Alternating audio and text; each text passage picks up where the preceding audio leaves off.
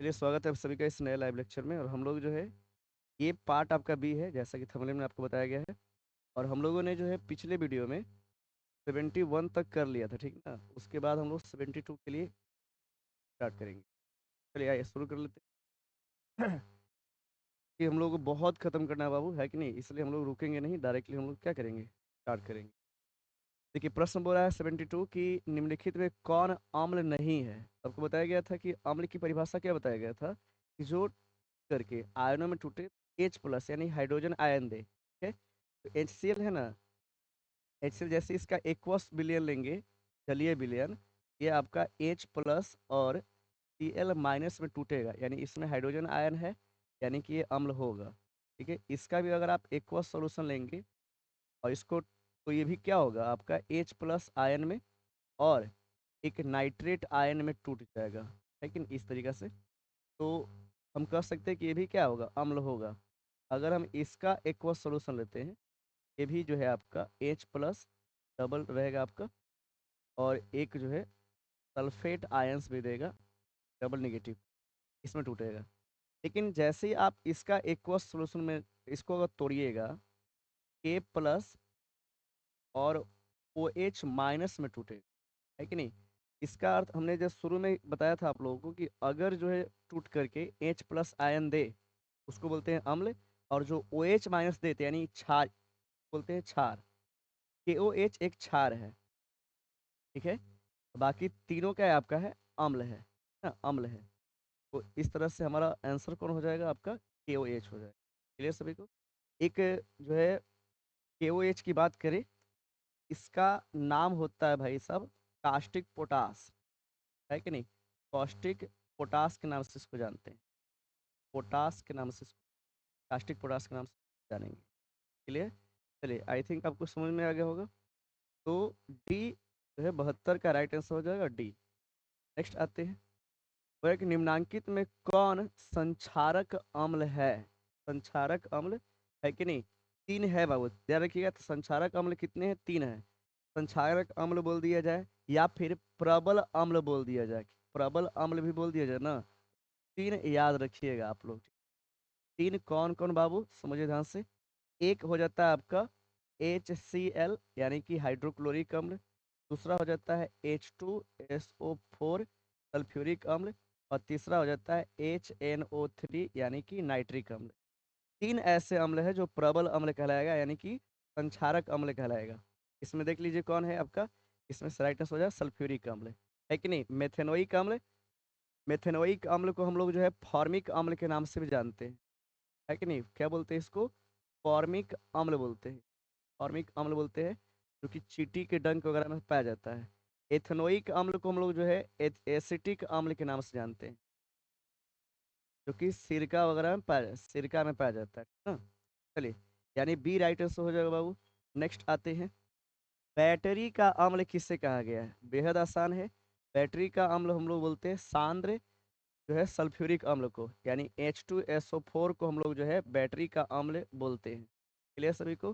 Battery का अम्ल H2SO4 यानी सांद्र सल्फ्यूरिक अम्ल हो जाएगा, ठीक है। चलिए आइए, वे सभी पदार्थ क्षार कहे जाते हैं जो जल में घुलकर किस प्रकार के आयन देते हैं। जो जल में घुल करके OH माइनस आयन दे, जिसको हम बोलते हैं हाइड्रोक्सिल आयन। क्या बोलते हैं, हाइड्रोक्सिल आयन, ठीक है। याद रखिएगा, इसको हम क्षार बोल देंगे। जो जल में टूट करके आपका जो है OH माइनस यानी हाइड्रोक्सिल आयन दे, उसको हम बोल देते हैं क्षार। और जो जल में टूट करके H प्लस आयन देते हैं, उसको हम बोल देते हैं अम्ल। और पता है, H2O में जब आप H प्लस आयन मिलाते हैं, तो एक खास आयन बन के रेडी होता है कि नहीं, H3O प्लस। इसको बोलते हैं हाइड्रोनियम आयन, याद रखिएगा, है कि नहीं। ये भी इंपॉर्टेंट है। तो 75 का तो ऐसे हो जाएगा आपका, क्या ये हो जाएगा, हाइड्रोक्सिल आयन। नेक्स्ट, कौन सा पदार्थ लाल लिटमस को नीला कर देता है। लाल को नीला कर रहा है, यानी अंतिम आपका ब्लू है, अंतिम ब्लू है, तो वो क्षार हो जाएगा। क्या हो जाएगा आपका, क्षार। याद रखिएगा, तो आपका क्षार आंसर हो जाता है। अगर अंतिम नीला है तो क्षार होगा, अगर अंतिम जो है लाल रहता तो अम्ल होता है, याद रखिएगा, ठीक है। क्षार हो जाएगा बी राइट आंसर। नेक्स्ट आते हैं, जल में घुलनशील क्षार क्या कहलाते हैं? जल में घुलनशील जो है भस्म में क्या कहलाते हैं, याद रखिएगा। है कि नहीं? क्वेश्चन आपका इस तरह से होना चाहिए कि जल में घुलनशील भस्म, भस्म में क्या कहलाते हैं? तो जल में घुलनशील भस्म में आपको जो है क्षार कहलाएंगे। है कि नहीं? क्वेश्चन आपका जो है गलत था, क्वेश्चन आपका होना चाहिए भस्म। ठीक है, जल में घुलनशील भस्म में क्या कहलाते हैं? तो आपका राइट आंसर होना चाहिए क्षार। क्लियर बाबू? नेक्स्ट आते हैं, 22 में पूछा हुआ सवाल है। सार्वभौमिक सूचक शुद्ध जल में कौन सा रंग देता है? तो सार्वभौमिक सूचक आपका जो है पीएच स्केल होता है कि नहीं? पीएच स्केल को सार्वभौमिक कहा जाता है। तो शुद्ध जल, तो शुद्ध जल भाई आपका क्या है? उदासीन होगा। शुद्ध जल क्या होगा? उदासीन। और उदासीन में भाई इसका होता है हरा। कैसा हो जाता है? हरा। यानी बी आपका राइट आंसर, याद रखिएगा। है कि नहीं? उदासीन में क्या होगा? ये हरा होगा। लाल कब होगा? लाल की तरफ कितना बढ़ता जाएगा? जब अम्लीय होगा। है कि नहीं? पूरा प्रबल अम्लीय होगा। और ब्लू कब होगा? जब प्रबल क्षार होगा, ठीक ना। बाकी बीच में उदासीन की स्थिति में लाल होता है। चलिए नेक्स्ट आते हैं, चूना जल में CO2 गैस प्रवाहित करने पर श्वेत अवक्षेप बनता है। यह श्वेत अवक्षेप क्या है? अगर चूना जल की बात किया जाए बाबू, तो चूना जल का सूत्र होता है CaOH के होल ट्वाइस यानी कैल्शियम हाइड्रोक्साइड। अगर आप इसमें CO2 गैस डालते हैं तो बनता है CaCO3 अब प्लस में H2O, समझ आया ना? ये जो CaCO3 है यही होता है, यही अवक्षेप है तो नीचे बैठ जाता है। ये पत्थर का सूत्र है, ठीक है बाबू ना? CaCO3 हो जाएगा। है कि नहीं? इसको हम लोग चूना पत्थर ही बोलते हैं, चूना पत्थर। ठीक है, संगमरमर का सूत्र यही है, संगमरमर। संगमरमर का सूत्र हो गया ये। फिर पत्थर का बोलेगा, है कि नहीं? पत्थर नॉर्मली बोलते तो उसका भी सूत्र यही है ना। चलिए, तो आप लोग समझ गए होंगे, इंग्लिश में इसको लाइम स्टोन के नाम से जानते हैं। क्लियर सभी को? नेक्स्ट आते हैं, हल्दी, लिटमस पत्र आदि किस प्रकार का सूचक है? ये सब प्राकृतिक सूचक है क्योंकि नेचर में मिलता है हल्दी वगैरह सब। ठीक है, नेक्स्ट आते हैं, खाद्य पदार्थों के डिब्बों पर जिंक की बजाय टीन का लेप होता है। तो देखिए, खाद्य पदार्थ रिएक्टिव होते हैं, गर्म में सब उसका डब्बा होता है। तो भाई साहब, जो जितना ज़्यादा अभिक्रियाशील रहेगा उसका प्रयोग हम लोग नहीं करेंगे। है कि नहीं? तो टीन का प्रयोग इसलिए किया जाता है ना कि टीन जो है कम क्रियाशील होता है और जिंक ज़्यादा क्रियाशील होता है। याद रखिए फिर से, टीन जो है कम क्रियाशील है, जिंक जो है ज्यादा क्रियाशील है। तो जिंक का अगर लेप लगा देंगे हम तो क्या होगा? खाना का डब्बा जो है, डब्बा क्या करेगा, सॉरी खाना जो क्या करेगा, डब्बा से रिएक्शन कर लेगा। इससे भोजन खराब होने का डर है, ठीक ना। तो भोजन को खराब होने से बचाने के लिए हम जो है जस्ता के बजाय टीन का लेप चढ़ाते हैं, ठीक ना। देखिए क्या है, टीन की अपेक्षा जिंक अधिक अभिक्रियाशील है। सी, ये आपका राइट हो। बाकी सब जो है ये सब वैलिड नहीं है, ठीक ना। बाकी जो तीनों ऑप्शन है पढ़ लीजिएगा ध्यान से, कोई वैलिड नहीं है। नेक्स्ट आते हैं, कौन उदासीन पदार्थ है? उदासीन पदार्थ कौन है? समझिए, चीनी, टूथपेस्ट, सिरका, टमाटर का रस। देखिए, टमाटर के रस में पाया जाता है भाई ऑक्जेलिक अम्ल, ये तो अम्लीय है, ठीक ना। सिरका, इसमें पाया जाता है एसिटिक अम्ल, ये तो अम्लीय है। टूथपेस्ट क्षारीय होता है, फिर दांत का मीडियम होता है अम्लीय। और दांत के भाई मीडियम को अगर क्षारीय, सॉरी उदासीन करना है तो इसके लिए क्षार चाहिए, टूथपेस्ट क्षारीय होगा। है कि नहीं? तो चीनी बच गया, यानी चीनी टूटता नहीं है बाबू। है कि नहीं? चीनी जो है, चीनी का सूत्र होता है C12H22O11। और चीनी आयन में टूटता नहीं है, इस कारण से चीनी उदासीन ही रह जाता है, ठीक ना। ये आपका राइट आंसर।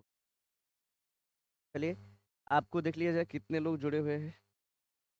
आते हैं नेक्स्ट, नेक्स्ट प्रश्न की ओर भी आएंगे हम लोग, है ना। नेक्स्ट प्रश्न की ओर आते हैं बाबू, कौन गंधीय सूचक है? जिसको कौन, किसको हम लोग जो है गंध के थ्रू जो है पहचान लेते हैं, गंध के थ्रू, ठीक है ना। तो देखिए, गंध के थ्रू कौन कौन आ जाएगा? प्याज, प्याज में गंध होता है ना जी। हाँ, लौंग का तेल वो भी गंधीय सूचक है, वेनिला भी गंधीय सूचक है। तो तीनों हो जाएगा। प्याज, लौंग का तेल और वेनिला तीनों के तीनों क्या है? गंधीय सूचक है। आते हैं नेक्स्ट प्रश्न की ओर।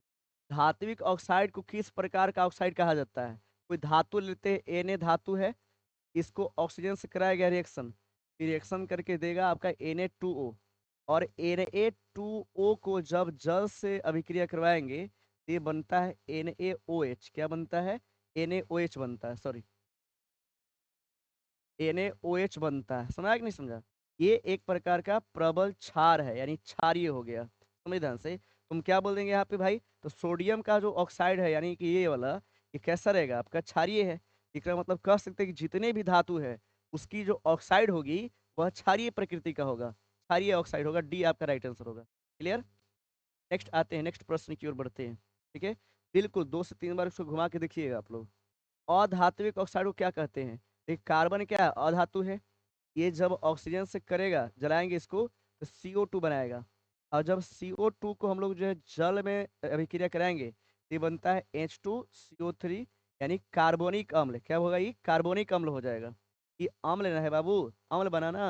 यानी कि बोल सकते हैं कि अधातु के जो ऑक्साइड है वह अम्लीय ऑक्साइड होते हैं, यानी कि सी राइट आंसर होगा आपका। क्लियर सभी को? चलिए देख लीजिए एक बार, आगे बढ़ते हैं हम लोग। नेक्स्ट प्रश्न, निम्नलिखित में से कौन गैस के चूने के पानी को दूधिया कर देता है? कौन गैस जो है चूने के पानी के को दूधिया कर देगा? तो चूने के पानी मतलब क्या?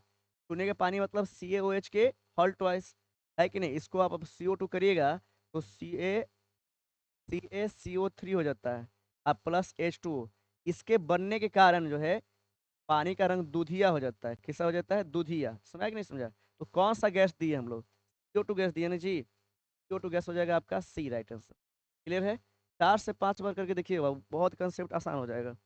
नेक्स्ट आइए, NaOH क्या है? तो NaOH एक को हम लोग बोलते हैं कास्टिक सोडा, कास्टिक सोडा बोलते हैं, है कि नहीं?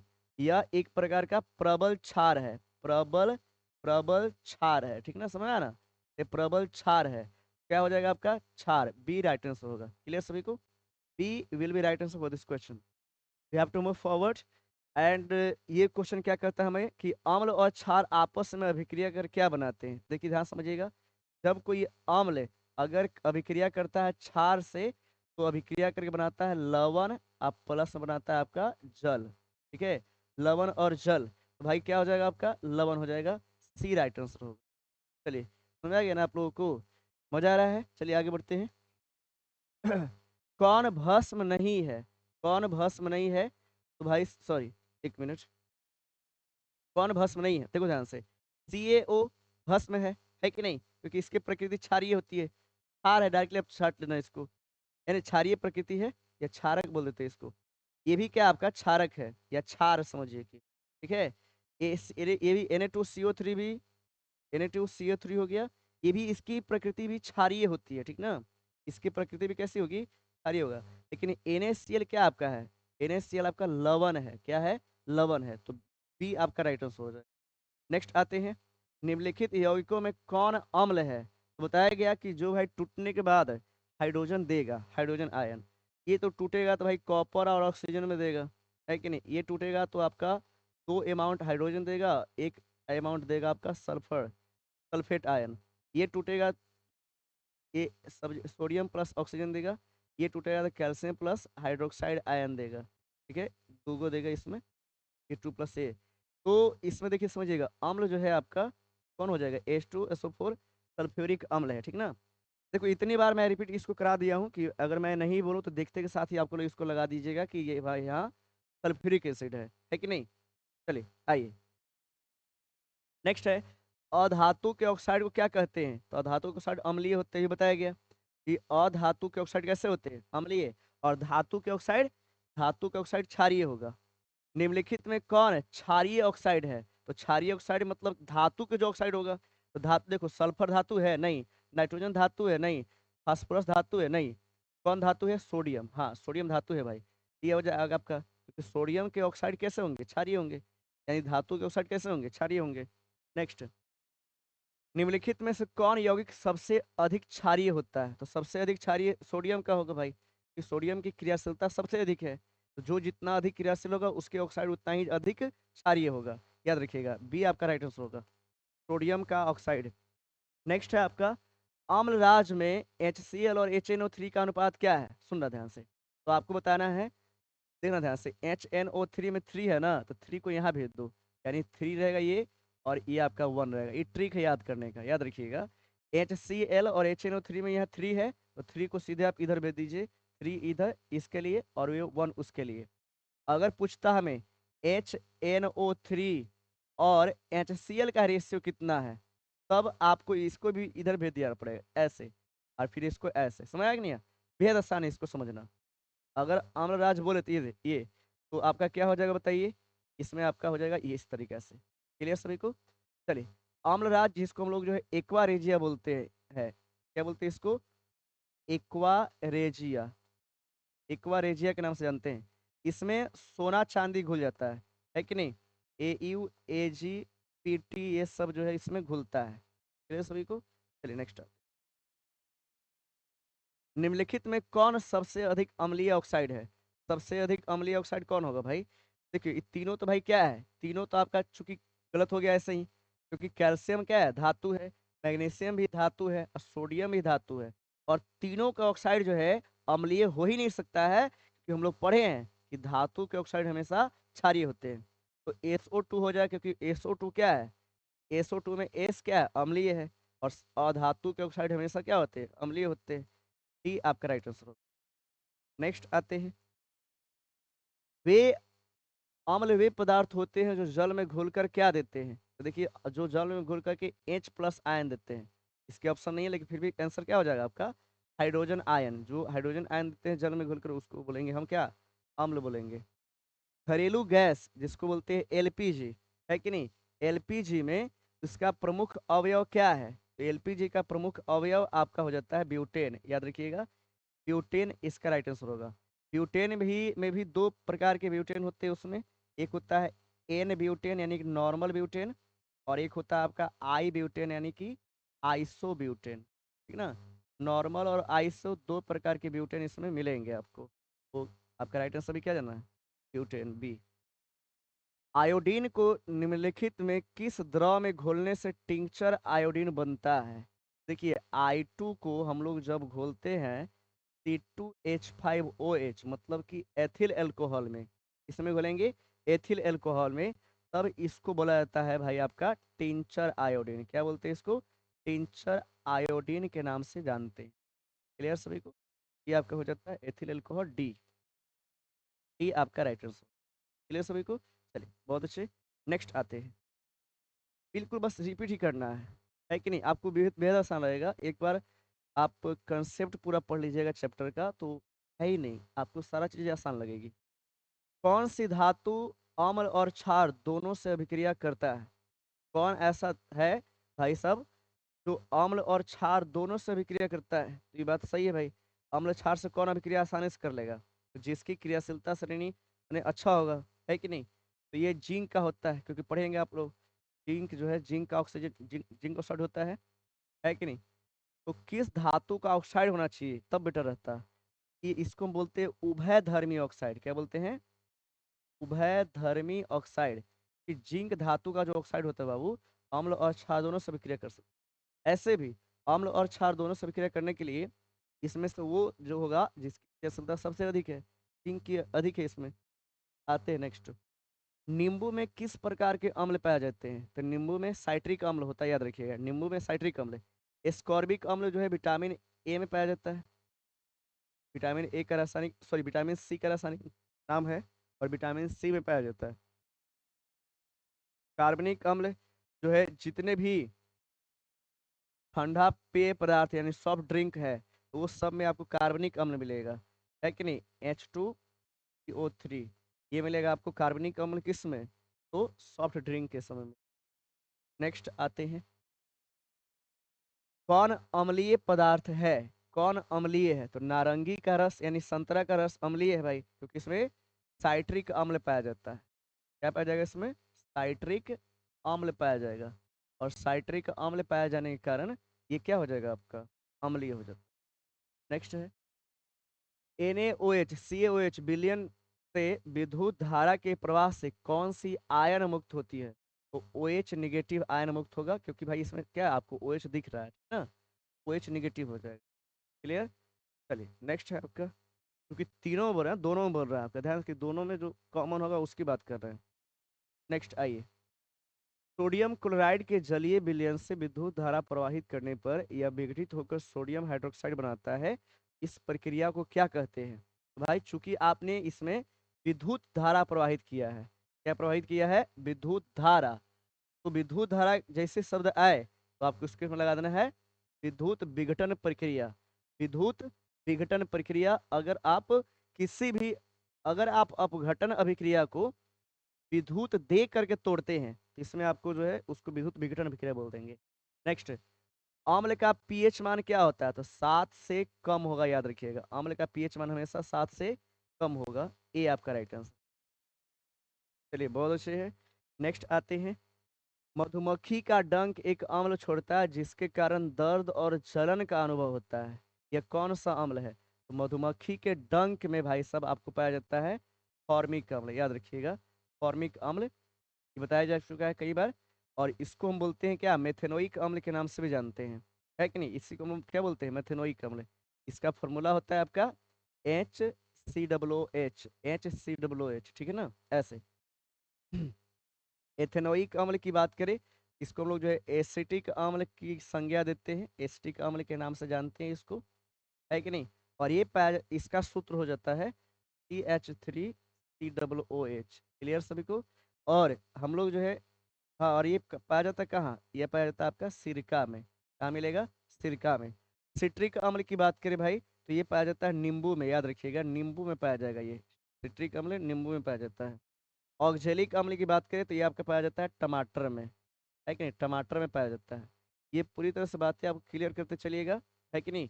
तो एक ही प्रश्न से आप कई सारे प्रश्न बना सकते हैं। फिलहाल 105 नंबर क्वेश्चन का आंसर क्या हो जाएगा आपका? ए हो जाएगा।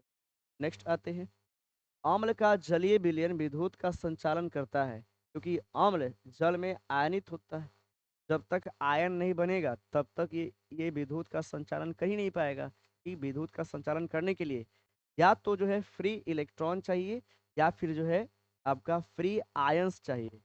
अगर किसी विलयन में आयंस या इलेक्ट्रॉन नहीं है, इसका मतलब समझ लीजिए कि उसमें से इलेक्ट्रिसिटी पास नहीं होगा। तो अम्ल का जलीय विलयन आयनित हो जाता है, इस कारण से इसमें इलेक्ट्रिसिटी पास होती है। ये हो जाएगा आपका राइट आंसर। नेक्स्ट आते हैं, निम्नलिखित में किसके द्वारा औद्योगिक क्षेत्र में अम्ल वर्षा होती है? तो अम्ल वर्षा औद्योगिक क्षेत्र में भाई अम्ल वर्षा होती है क्लोरोफ्लोर कार्बन के कारण। CFC हो जाएगा इसका राइट आंसर, ठीक है ना? CFC यानी क्लोरोफ्लोरो कार्बन, याद रखिएगा आप लोग। बट एक चीज़ और सुनिए ध्यान से, इससे अगर आपके ऑप्शन में दे ही दिया है उसको ज़्यादा बेहतर होगा। सुना, पहले आपको पूरा समझाते हैं। होता क्या है विद्यार्थी, कि हमारे जितने भी जैसे शहर गांव सब है ना, उसमें से दो गैसें निकलती है। एक आपका होता है नाइट्रोजन डाइऑक्साइड, एक होता है आपका सल्फर डाइऑक्साइड।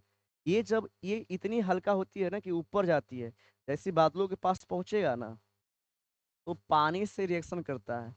रिएक्शन करके ये बनाता है HNO3, और ये बनाता है आपका जो है, ये बनाता है H2SO4। ठीक है? और इस कारण से ये वर्षा होती है, ना समझिए ध्यान से। तो इसमें आपका ज़्यादा लाइकली अगर ऑप्शन है इसमें तो आपका सल्फर डाइऑक्साइड लगा दीजिए। ठीक है। हम्म।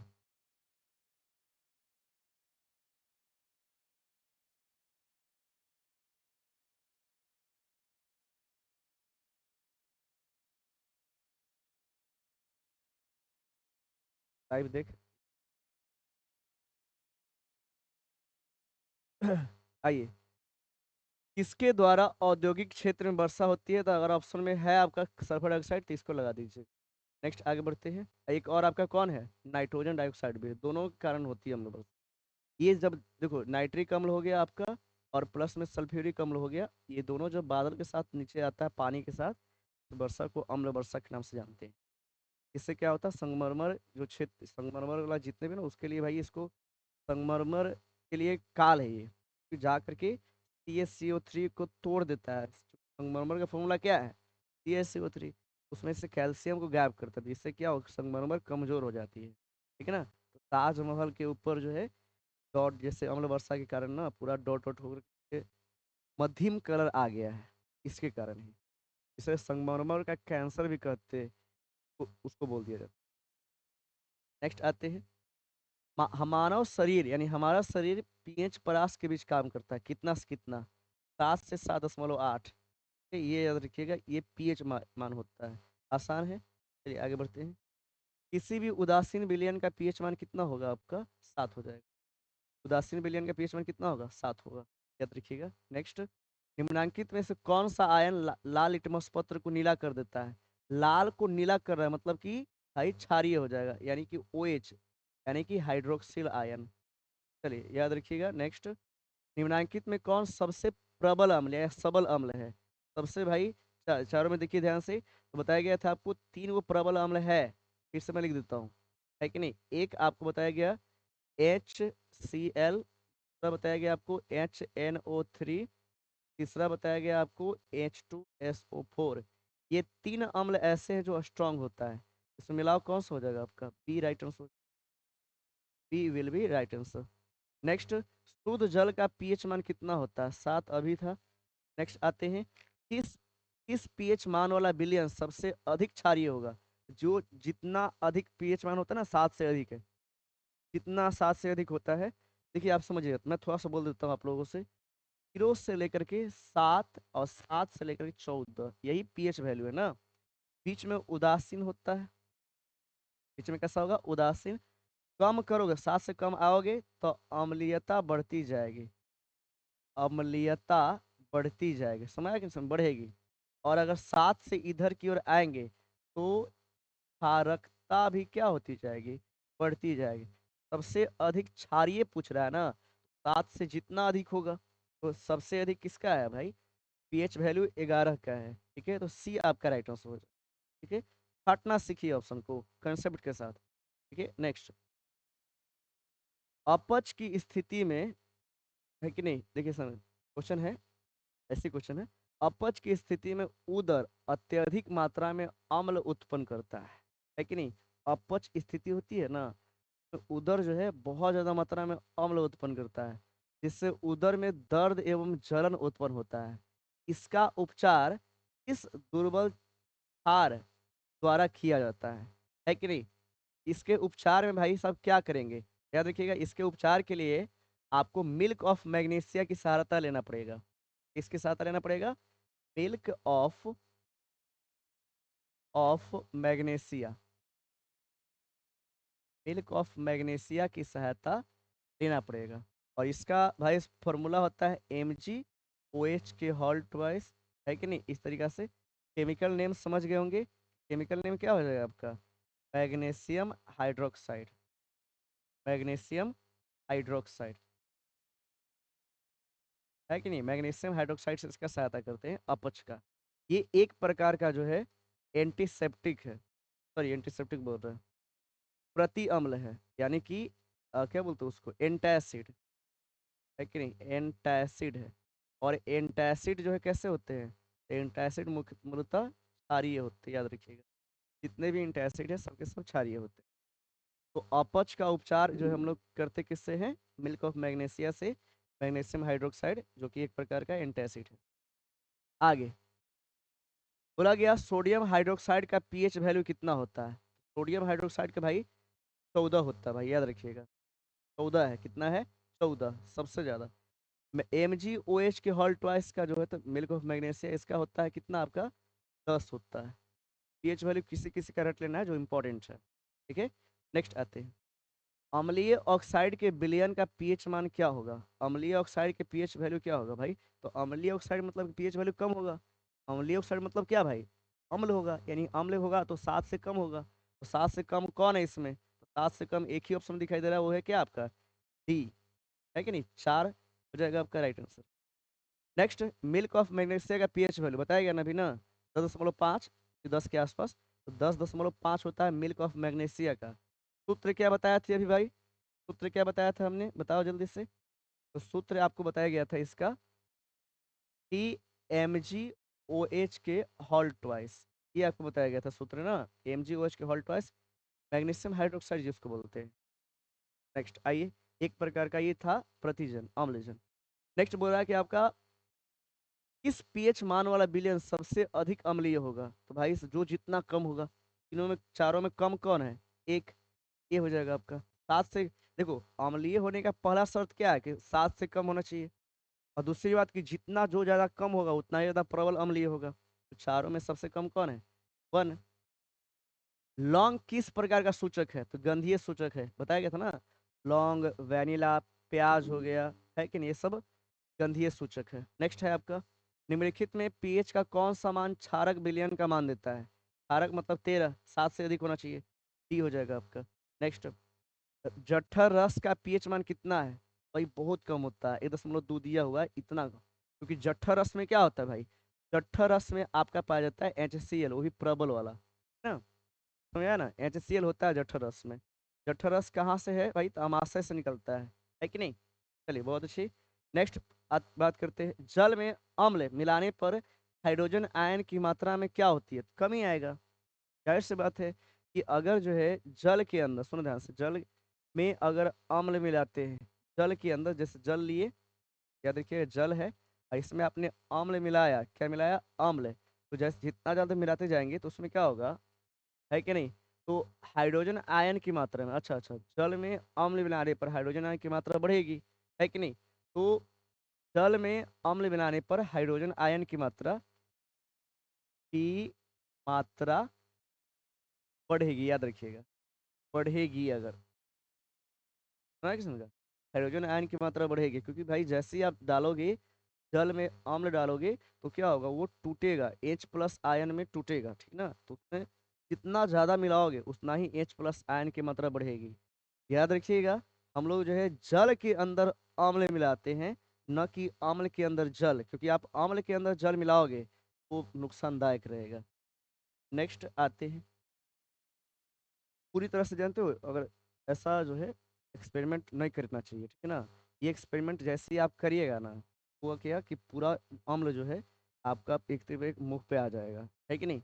एक बार ऐसे ही मैं क्लास 9th में था, तो एक्चुअली तो लेबोरेटरी चलते थे रेंजरपुरा स्कूल से, वहाँ पे हम लोग लैब के मॉनिटर हम ही थे, है कि नहीं।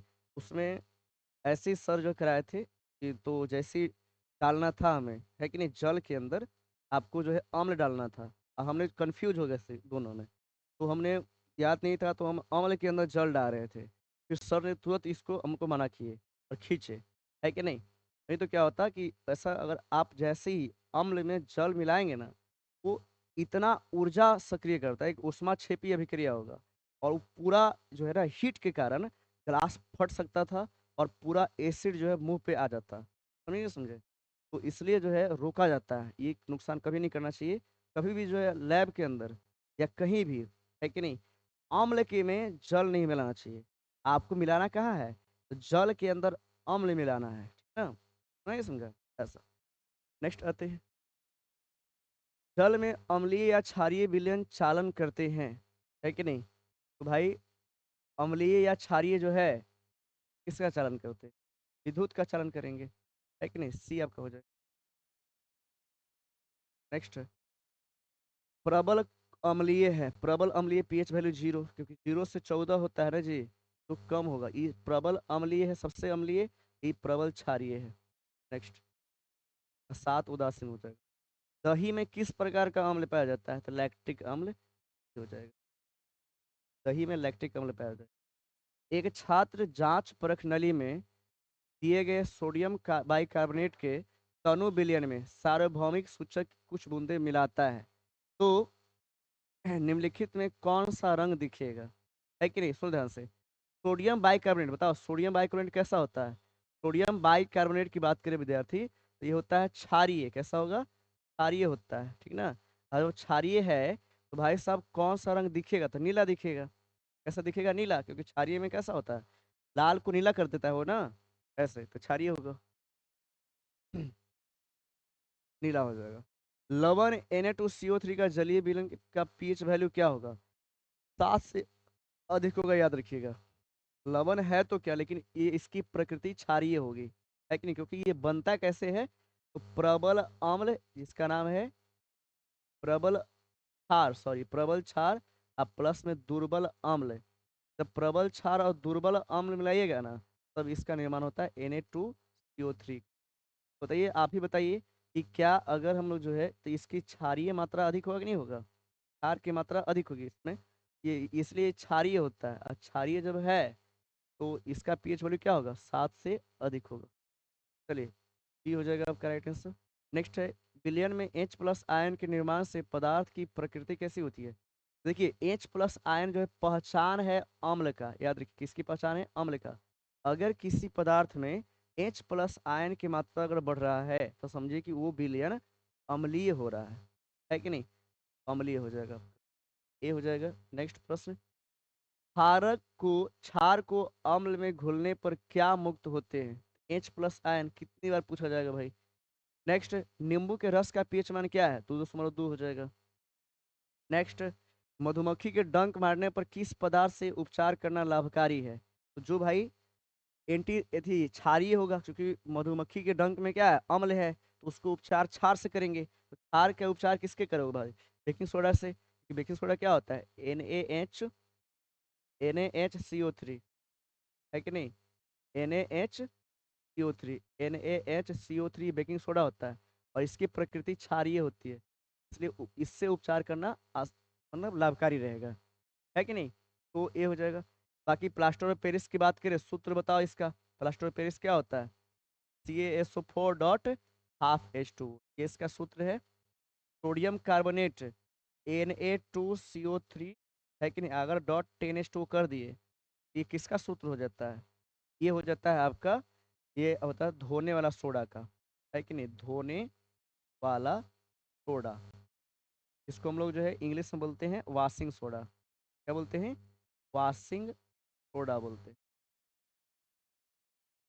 सोडियम क्लोराइड, इसको हम लोग लवण बोल दो इसको, या फिर आप बोल दीजिए क्या इसको? साधारण नमक बोल दीजिए, ठीक है ना? ये हो जाता है NaCl, इसका फॉर्मूला हो जाता है NaCl। तब छोटी छोटी बातें याद करते चलो, अगर याद करते चलोगे तो इसमें भाई समस्या नहीं होगी, दिक्कत नहीं होगी, ठीक है? नेक्स्ट आते हैं, सोडियम कार्बोनेट के जलीय घोल में मिथाइल ऑरेंज का बूंद मिलाने पर घोल का रंग परिवर्तित होकर क्या हो जाता है?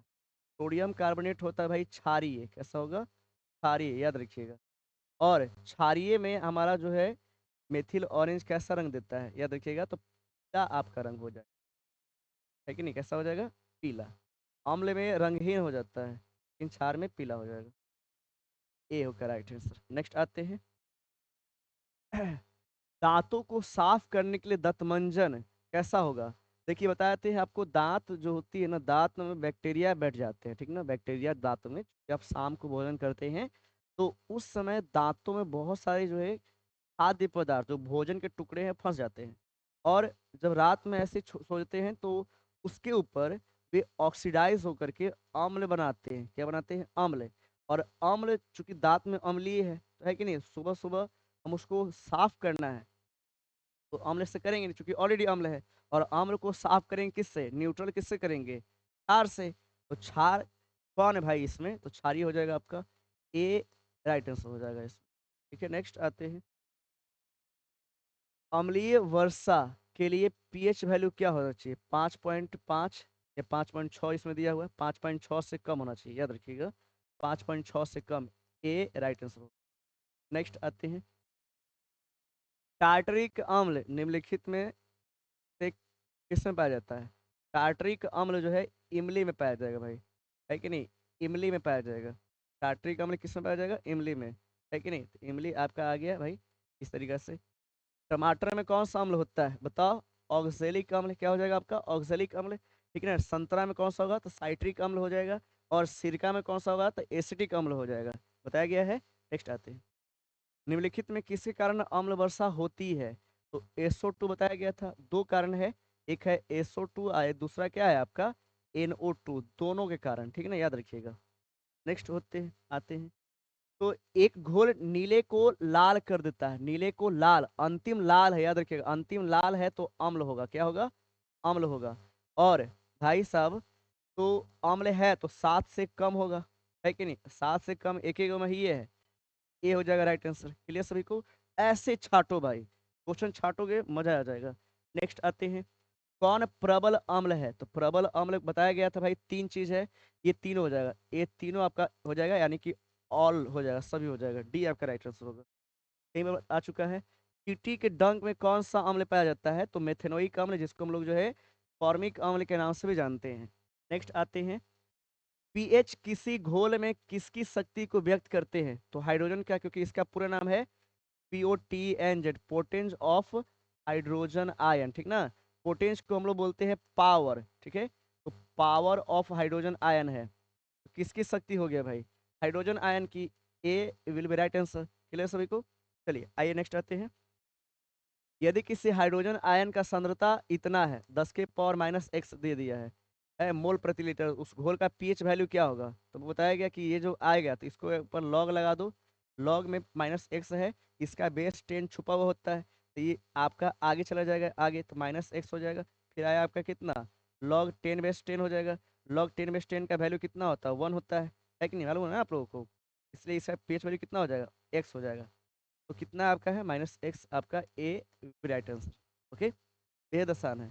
बेसिक पढ़ोगे, कंसेप्ट पढ़ोगे, एक भी प्रश्न है उतना आपको आएगा नहीं कि जो आपको सोचने में मजबूर कर दे, ठीक है ना।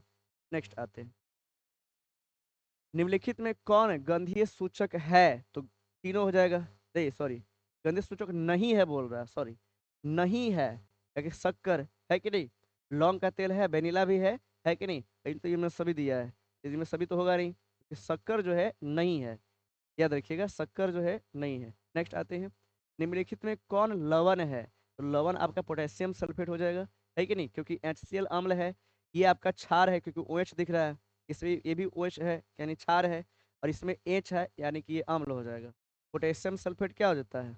लवण हो जाता है। ठीक है, नेक्स्ट आते हैं, आयोडीन युक्त नमक है, देखिए सुनिए ध्यान से, अगर नमक जो होता है ना, नमक समुद्र से प्राप्त किया जाता है, तो उस नमक का फॉर्मूला केवल और केवल हुआ NaCl, ठीक ना।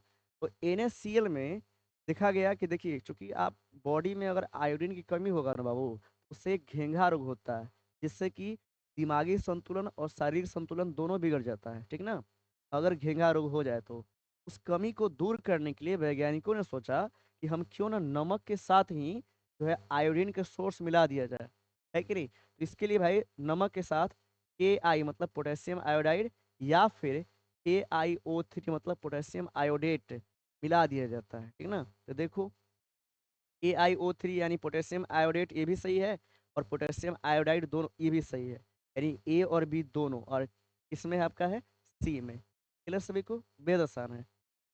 आगे, शल्य चिकित्सा में यानी सर्जरी में टूटी फूटी हड्डियों को जोड़ने वाला रासायनिक पदार्थ क्या है? अरे प्लास्टर बोल रहा है। मान लो कि भाई हड्डी टूट गया यहाँ का, तो प्लास्टर डॉक्टर करता है ना जी, तो प्लास्टर करता है तो उसमें प्लास्टर और पेरिस होता है, प से प्लास्टर हो गया, प से प्लास्टर और पेरिस हो गया, ये हो जाएगा आपका। इसका सूत्र क्या बताया गया था? इसका सूत्र CaSO4.12H2, है कि नहीं। और प्लास्टर ऑफ पेरिस को जो है किससे बनाया जाता है? इसको बनाया जाता है जिप्सम से, और जिप्सम का सूत्र क्या है? तो CaSO4.2H2, याद रखिएगा। और यही को गर्म करते हैं ना, तो 1.5H2O त्याग करके ये प्लास्टर ऑफ पेरिस बनाता है ना। खाने वाला सोडा का क्या है रासायनिक नाम, रासायनिक सूत्र? NaHCO3, इसको बेकिंग सोडा के नाम से भी जानते हैं, ठीक है। अब धोने का सोडा है, इसको हम लोग वॉशिंग सोडा बोलते हैं, इसका सूत्र होता है Na2CO3.10H2, ये वॉशिंग सोडा है, ठीक ना। क्या बोलते हैं इसको? वॉशिंग सोडा, वॉशिंग सोडा बोलते हैं इसको। क्लियर सभी को? नेक्स्ट आते हैं, प्लास्टर ऑफ पेरिस का रासायनिक नाम क्या है? तो कैल्शियम सल्फेट मोनोहाइड्रेट हो जाएगा, है कि नहीं। ये आप कह रहे हैं मोनो मतलब आधा होता है, सॉरी मोनो मतलब एक होता है भाई, ये नहीं होगा, मिस्टेक हो गया।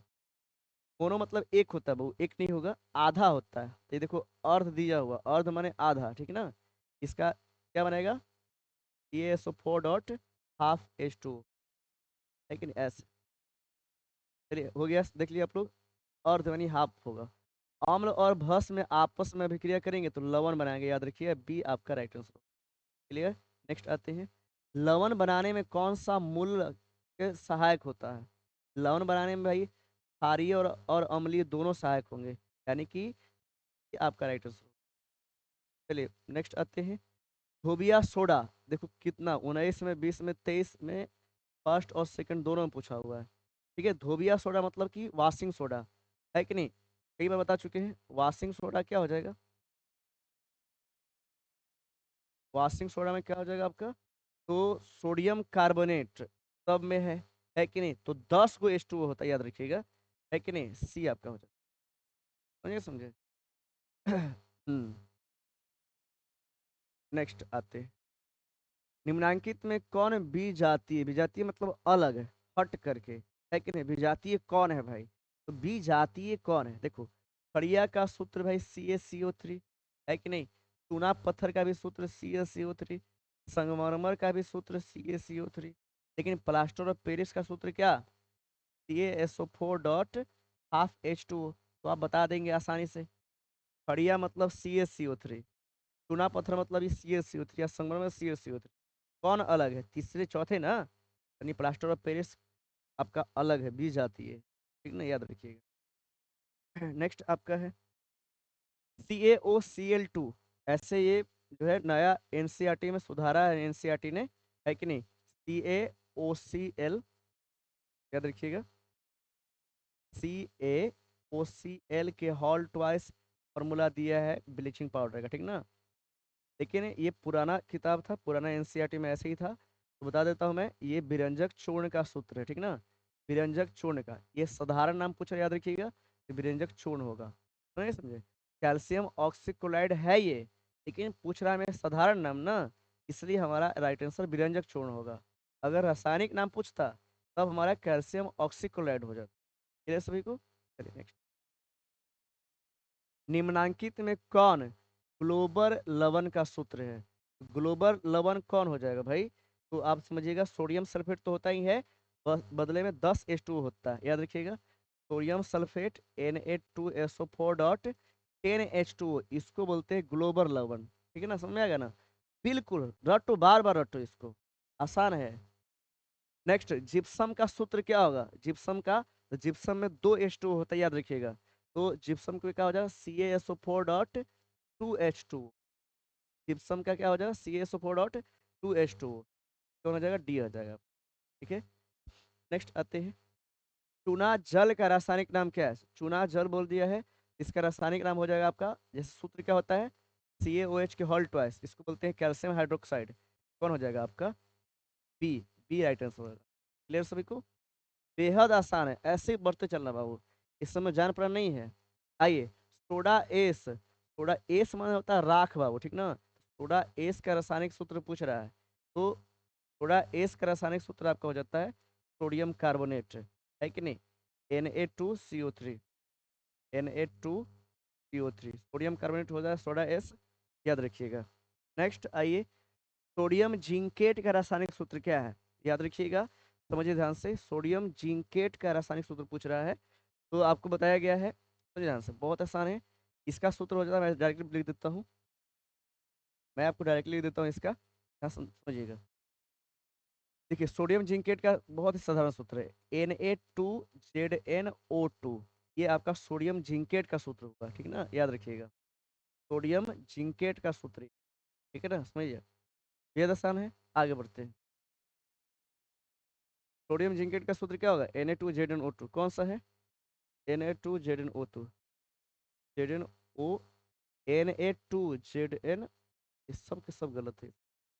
ठीक है, क्या हो जाएगा इसका राइट आंसर? Na2ZnO2, Na2ZnO2, ये इसका रासायनिक सूत्र। नेक्स्ट है, विरंजक चूर्ण का रासायनिक सूत्र क्या होगा? पुराना एनसीईआरटी के अनुसार CaOCl2, लेकिन नया के अनुसार CaOCl के होल ट्वाइस, ये नया एनसीईआरटी के अनुसार। नेक्स्ट, धातुओं के ऑक्साइड पर अम्ल के प्रभाव से कौन सा यौगिक उत्पन्न होते हैं?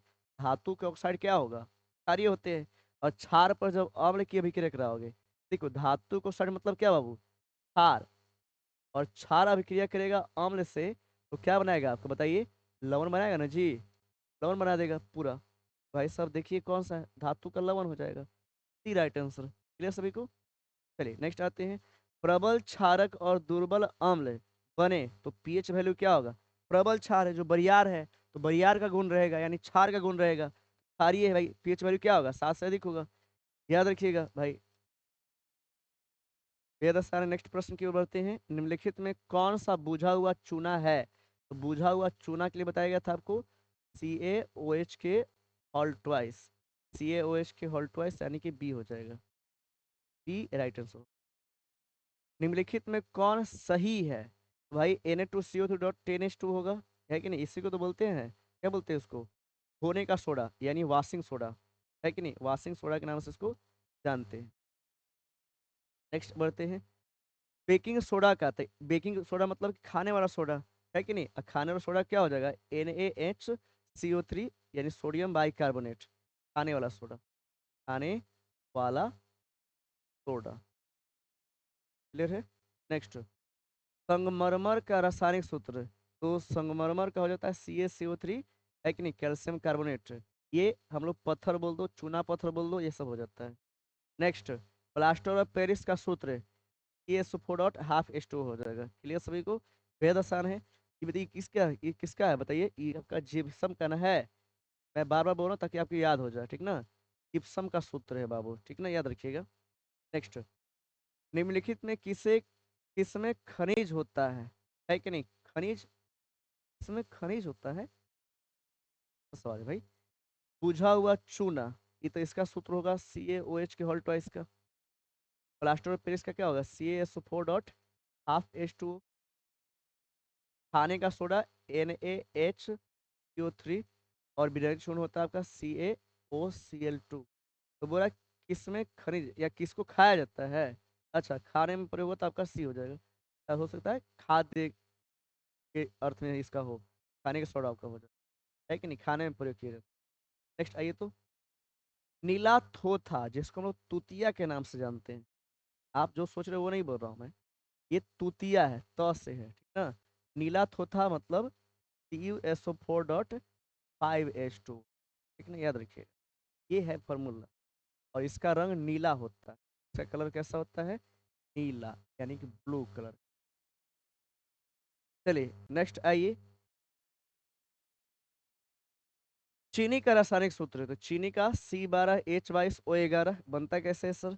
तो ग्लूकोज जो होता है ना, C6H12O6 ऐसे, और प्लस एक और ऐसा ही रूप होता है सूत्र वाला जिसको बोलते हैं फ्रक्टोज, ये हो जाएगा आपका ग्लूकोज, और एक आपका हो जाएगा फ्रक्टोज। फ्रक्टोज दोनों मिलता है बाबू ना, C12H22O11, ये और प्लस में आपका जो चीनी जल देते हैं, जल के आपका एक अणु आता है कि नहीं? जल का एक अणु आप देखे होंगे कि 6 6 12 तय हो गया, सो 12 12 यहाँ 24 होना चाहिए, इसमें से 2 घटा देंगे, है कि नहीं, समझ लो ना, 2 घट जाता है, और आपका इसमें से भी एक घट जाता है, याद रखिए, ये चीनी का सूत्र है कि नहीं, CH3COOH, ये एसिटिक अम्ल का सूत्र है, एसिटिक अम्ल का सूत्र है, और इसको हम लोग जो है एथेनोइक एसिड बोलते हैं, है कि नहीं? इसको बोलते हैं क्या हम, एथेनोइक एसिड, एथेनोइक एसिड बोलते हैं। ये जो है आपका है, सुनिए ध्यान से, H3HO जो है आपका, ये एसेटल्डिहाइड का सूत्र है कि नहीं, एसेटल्डिहाइड, याद रखिएगा, आपको पढ़ाया गया है कि CHO है, CHO ये एल्डिहाइड का भाई है, एल्डिहाइड का एक जो है रासायनिक, सॉरी, प्रक्रियात्मक समूह हुआ, है ना? CHO क्या है आपका, एल्डिहाइड का समूह है, क्रियात्मक समूह। नेक्स्ट बढ़ते हैं, टूथपेस्ट कैसा होगा? टूथपेस्ट क्षारीय होता है, कैसा होता है, क्षारीय होता है, टूथपेस्ट कैसा होगा, क्षारीय होगा। नेक्स्ट बढ़ते हैं, सोडियम कार्बोनेट का अनुसूत्र क्या है? तो Na2CO3, याद रखिएगा, कार्बोनेट में CO3 होता है, यानी ये नहीं होगा, H आ गया तो बाई कार्बोनेट हो गया, ठीक है ना? NaCl मतलब कि नमक हो जाता है, ठीक है ना? चलिए ए हो जाएगा राइट आंसर। नेक्स्ट आते हैं, किस रासायनिक यौगिक को गर्म करने पर प्लास्टर ऑफ पेरिस प्राप्त होता है? तो मैंने विद्यार्थी आपको बताया था कि एक जिप्सम करके है, CaSO4.2H2O, ये जिप्सम का सूत्र है। जैसे ही आप इसको गर्म करोगे, ये जो है 1.5 जल के अणु को त्याग करके आपका बना देता है CaSO4.12H2O, और इसी को बोलते हैं प्लास्टर ऑफ पेरिस, को पॉप बोलते हैं शॉर्ट में, POP, ठीक ना? चलिए नेक्स्ट आपका आते हैं, वेद स्थान है, निम्नलिखित में लवण कौन है? तो लवण NaCl हो जाएगा, बी आपका राइट आंसर है। NaCl आपका राइट आंसर हो जाएगा, बी। नेक्स्ट प्रश्न की ओर आते हैं। बेकिंग पाउडर एक मिश्रण है किसका?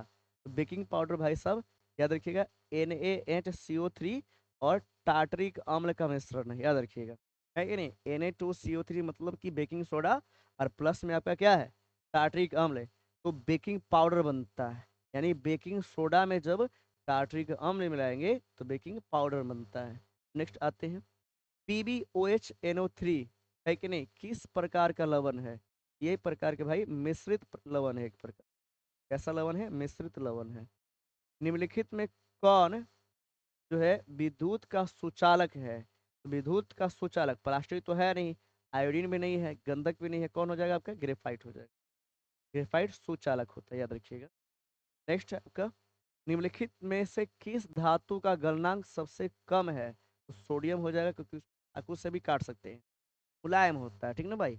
एक प्रकार की क्षार धातु ये, और क्षार धातु जितनी भी होते हैं ना, सब के सब मुलायम होते हैं, है कि नहीं, चाकू से कट जाता है। नेक्स्ट। ड्यूरालुमिन किस धातु का मिश्र धातु है? तो एल्युमिनियम का है, याद रखिएगा। ड्यूरालुमिन किसका है? तो एल्युमिनियम का है। चलिए नेक्स्ट आते हैं। सबसे कठोर प्राकृतिक पदार्थ कौन सा हो जाएगा? हीरा हो जाएगा, डी आपका राइट आंसर।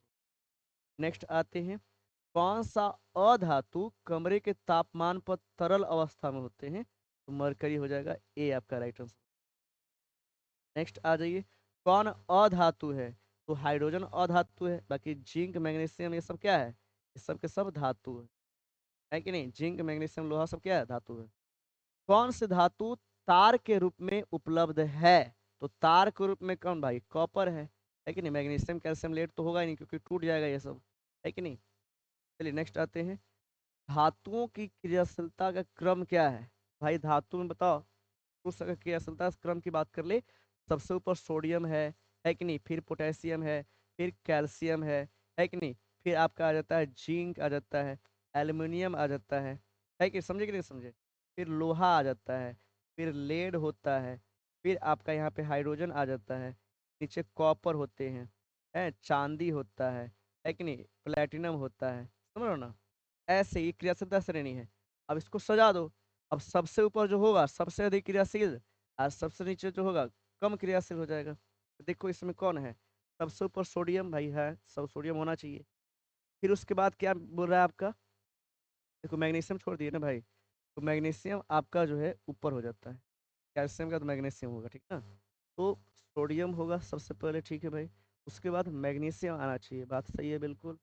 उसके बाद हमें जो है, देखो ये तो क्रम गड़बड़ा गया, क्योंकि भाई ऐसे ही नहीं हो पाएगा, कि इसको पहले होना चाहिए, है कि नहीं। इसमें देखो, हाँ फिर इसको बोल सकते हो आप। इसमें आपका देखो इसका क्रम ना, ये दोनों करीब करीब समान है, समानता में। कभी कभी इसको ऊपर दे देता है, कभी कभी इसको नीचे दे देता है, ठीक है ना। तो ये आपका ए राइटर से बनता है, ठीक है। नहीं एक मिनट, तो दिया है ना जी, क्या है आपका? डी हो जाएगा, सॉरी। जो है मैग्नीशियम ज़्यादा क्रियाशील थे as compare to zinc. Zinc से ज़्यादा कंपेयर एक्टिव कौन है? मैग्नीशियम। नेक्स्ट आते हैं। क्या आपका डी राइट आंसर होगा। आपको जो सक्रियता श्रेणी आना चाहिए धातु का। नेक्स्ट आते हैं। शुष्क बर्फ का रासायनिक सूत्र क्या है? देखिए, शुष्क बर्फ है क्या? शुष्क बर्फ को बोलते हैं ड्राई आइस। ड्राई आइस के नाम से जानते हैं, है कि नहीं। अब ड्राई आइस जो है बाबू, तो ड्राई आइस जो है वो जो है CO2, है कि नहीं। CO2 को जब हम लोग टेम्परेचर बहुत कम करते हैं तो सॉलिड में बदल जाता है, और इसी को बोल देते हैं ड्राई आइस। CO2 हो जाएगा आपका, ठीक है। चलो। निम्नलिखित में किस धातु को केरोसिन तेल में डुबा कर रखा जाता है? केरोसिन तेल में एक ही धातु को रखा जाता है, सोडियम को।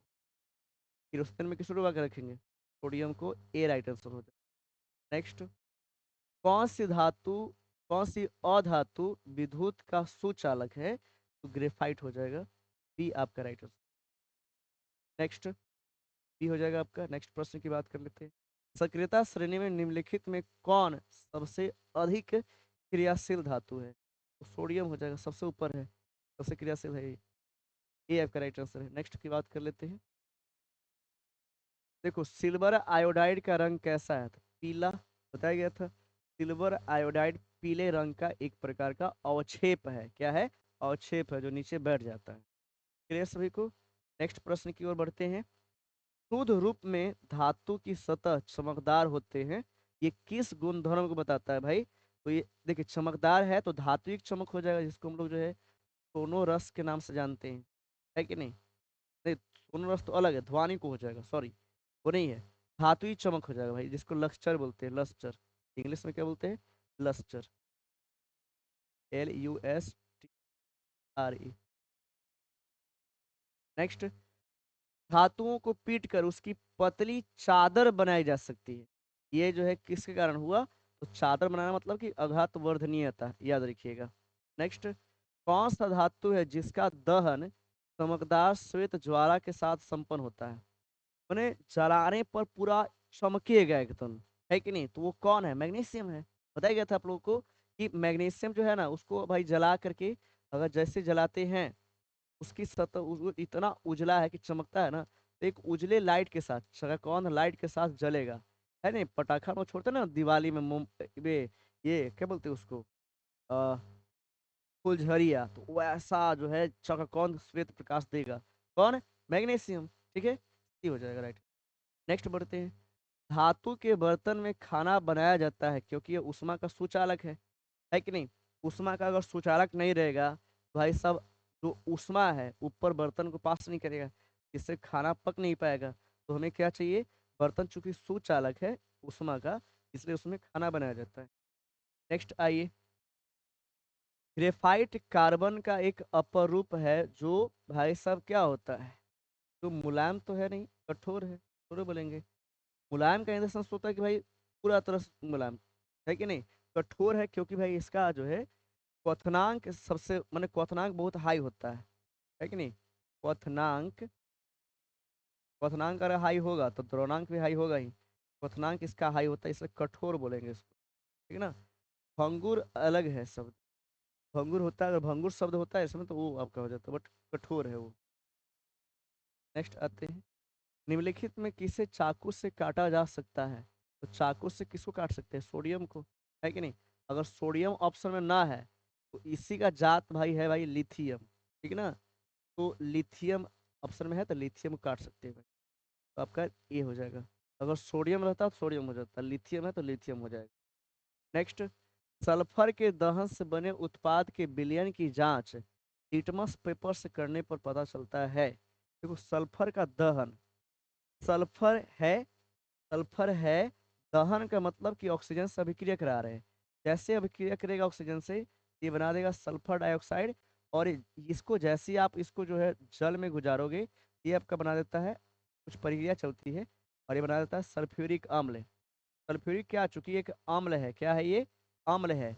और अम्ल में क्या होता है कि नीले को लाल कर, सॉरी लाल को नीला कर देता है। नहीं, नीले को लाल करेगा। अम्ल में क्या होता है? नीला लिटमस पत्र किसमें बदल जाता है? नीला लिटमस पत्र बदल जाता है लाल में। किसमें बदल जाता है? लाल में बदल जाता है। बताइए भाई, है? तो भाई ऐसे ही पकड़ा गया। देखो जांच करने में पता चला क्या आपका ही अम्लीय पता चलेगा भाई। है कि नहीं? बेहद आसान है। थोड़ा सा आपको जो है बस फॉलो करना है पाथ, क्वेश्चन कह क्या रहा है, तो है ना? क्वेश्चन फॉलो करोगे आसानी से निकल जाएगा भाई। नेक्स्ट आते हैं। बेहद आसान है। नेक्स्ट प्रश्न कौन एक उप धातु है? तो उप धातु कौन होगा भाई? जर्मेनियम हो जाएगा, क्योंकि जिंक कैल्शियम दोनों धातु है। दोनों क्या है? धातु है। कार्बन क्या है? अधातु है। ठीक है, तो जर्मेनियम क्या हो जाता है आपका? जर्मेनियम हो गया, सिलिकॉन हो गया, आर्सेनिक हो गया, ये सब के सब क्या है? नहीं, आर्सेनिक नहीं। हाँ होगा, बट हम लोग ऑप्शन तो छड़ा गया जी। जर्मेनियम और सिलिकॉन क्या है आपका? उपधातु है। नेक्स्ट आते हैं। हीरा और ग्रेफाइट में कौन विद्युत का सुचालक है? ग्रेफाइट है क्योंकि इसके पास फ्री इलेक्ट्रॉन है। कौन सा इलेक्ट्रॉन है? फ्री इलेक्ट्रॉन पाया जाता है, तो ग्रेफाइट हो जाएगा सी। नेक्स्ट बताया गया। कार्बन का कौन सा अपर रूप सबसे अधिक कठोर है? हीरा सबसे अधिक कठोर है इस धरती पर। हीरा का गलनांक क्वथनांक क्या होता है? उच्च होगा, हाई होगा। ठीक। नेक्स्ट, सोना का धात्विक चमक कैसा होता है? तो लाल, पूरा नहीं, पीत वर्ण, पीले रंग का होगा भाई। ये होता है। सोना किस रंग का होगा? पीला रंग का, माने पीला होता है। 1 ग्राम सोने से 2 किलोमीटर लंबा तार खींची जा सकती है। यह गुणधर्म क्या है? तो डक्टिलिटी यानी तन्यता, तो इंग्लिश में बोलते हैं डक्टिलिटी। डक्टिलिटी के नाम से इसको जानते हैं। ठीक? चलिए, ये हो जाएगा। नेक्स्ट, निम्नलिखित में किस धातु को चाकू से आसानी से काटा जा सकता है? सोडियम है, इसके अल्टरनेटिव लिथियम हो जाएगा, टीजियम हो जाएगा, ठीक है ना। ये सबको धातु से, चाकू से काटा जा सकता है। नेक्स्ट आते हैं, कौन उप धातु है? तो बताया, देखो लोहा तो धातु है, ये भी धातु है कि नहीं? और एंटीमनी ये नहीं होगा, ये कॉपर भी धातु है, लेकिन एंटीमनी क्या हो जाएगा? एंटीमनी एक जो है आपका उप धातु होगा। एंटीमनी क्या होगा? आपका उप धातु होगा, याद रखिएगा। ये तीनों के तीनों क्या है? संक्रमण धातु में आता है, तीनों के तीनों धातु है, लेकिन ये क्या है? आपका उप धातु है। विद्युत का सर्वोत्तम चालक कौन है इसमें? सर्वोत्तम चालक एजी यानी कि सिल्वर हो जाएगा। एजी को क्या बोलते हैं? सिल्वर, याद रखिएगा, सिल्वर बोलेंगे। नेक्स्ट आते हैं, निम्नलिखित में कौन सा धातु अधिक अभिक्रियाशील धातु है? सबसे अधिक अभिक्रियाशील धातु कौन हो जाएगा? आपका सोडियम, राइट आंसर। नेक्स्ट बढ़ते हैं, कमरे के ताप पर द्रव अवस्था में रहने वाला धातु कौन सा है? Hg यानी कि पारा, एक ही तो है भाई। पारा एकमात्र ऐसा अधातु है जो लिक्विड फॉर्म में पाया जाता है ना। Hg हो जाएगा ए आपका। कोई धातु ऑक्सीजन के साथ अभिक्रिया करके उच्च गलनांक वाला यौगिक बनाता है। यह यौगिक जल में विलय है, तत्व कौन हो सकता है? ऐसे कई बार बता चुका हूं मैं। आपका कौन सा हो जाएगा? कैल्शियम हो जाएगा, है कि नहीं। एक उच्च गलनांक वाला कौन होगा? आपका कैल्शियम होगा, बोला कि जल में घुलनशील है, कैल्शियम है, याद रखिएगा। नेक्स्ट है, निम्नांकित संकेतों द्वारा व्यक्त तत्वों में कौन धातु है कि नहीं? संकेत दिया है भाई इसमें, तो आपको जो है याद होना ही पड़ेगा कि नवा, देखो सुन ध्यान से, कोई भी तत्व है, जैसे कोई भी तत्व है आपका, याद रखिए सभी लोग। जैसे मान लो कि पीएम तत्व मान लिए, तो उसके ऊपर जो भी लिखते हैं यहाँ पे ना, ये परमाणु भार होता है, या सॉरी द्रव्यमान संख्या होता है। ये क्या होता है? आपका द्रव्यमान संख्या होगा ना। और जो नीचे होता है यहाँ पे, ये होता है आपका परमाणु संख्या। क्या होता है? परमाणु संख्या। तो हम तत्व को पहचान सकते हैं परमाणु संख्या से। देखिए यहाँ पे 9 है, और 9 नंबर पे होता है फ्लोरीन। फ्लोरीन तो होता है अधातु, ये तो होगा नहीं। नेक्स्ट आते हैं, 12 है, तो 12, हाँ 12 होता है मैग्नीशियम का। किसका होता है? मैग्नीशियम का। मैग्नीशियम का धातु है, तो यही होगा। आगे देखते हैं फिर, 6 है, ये कार्बन का है कि नहीं? 6 किसका है? कार्बन का है खुद। और डी यानी कि 8 बोल रहा था, 8 बोल रहा है ऑक्सीजन का, है कि नहीं? तो भाई सब फ्लोरीन ए ऑप्शन बोल रहा है, दूसरा कार्बन बोल रहा है सी में, और डी बोल रहा है ऑक्सीजन। तो धातु कौन हो जाएगा? मैग्नीशियम यानी 12 वाला, डी आपका राइट आंसर है, ठीक है ना।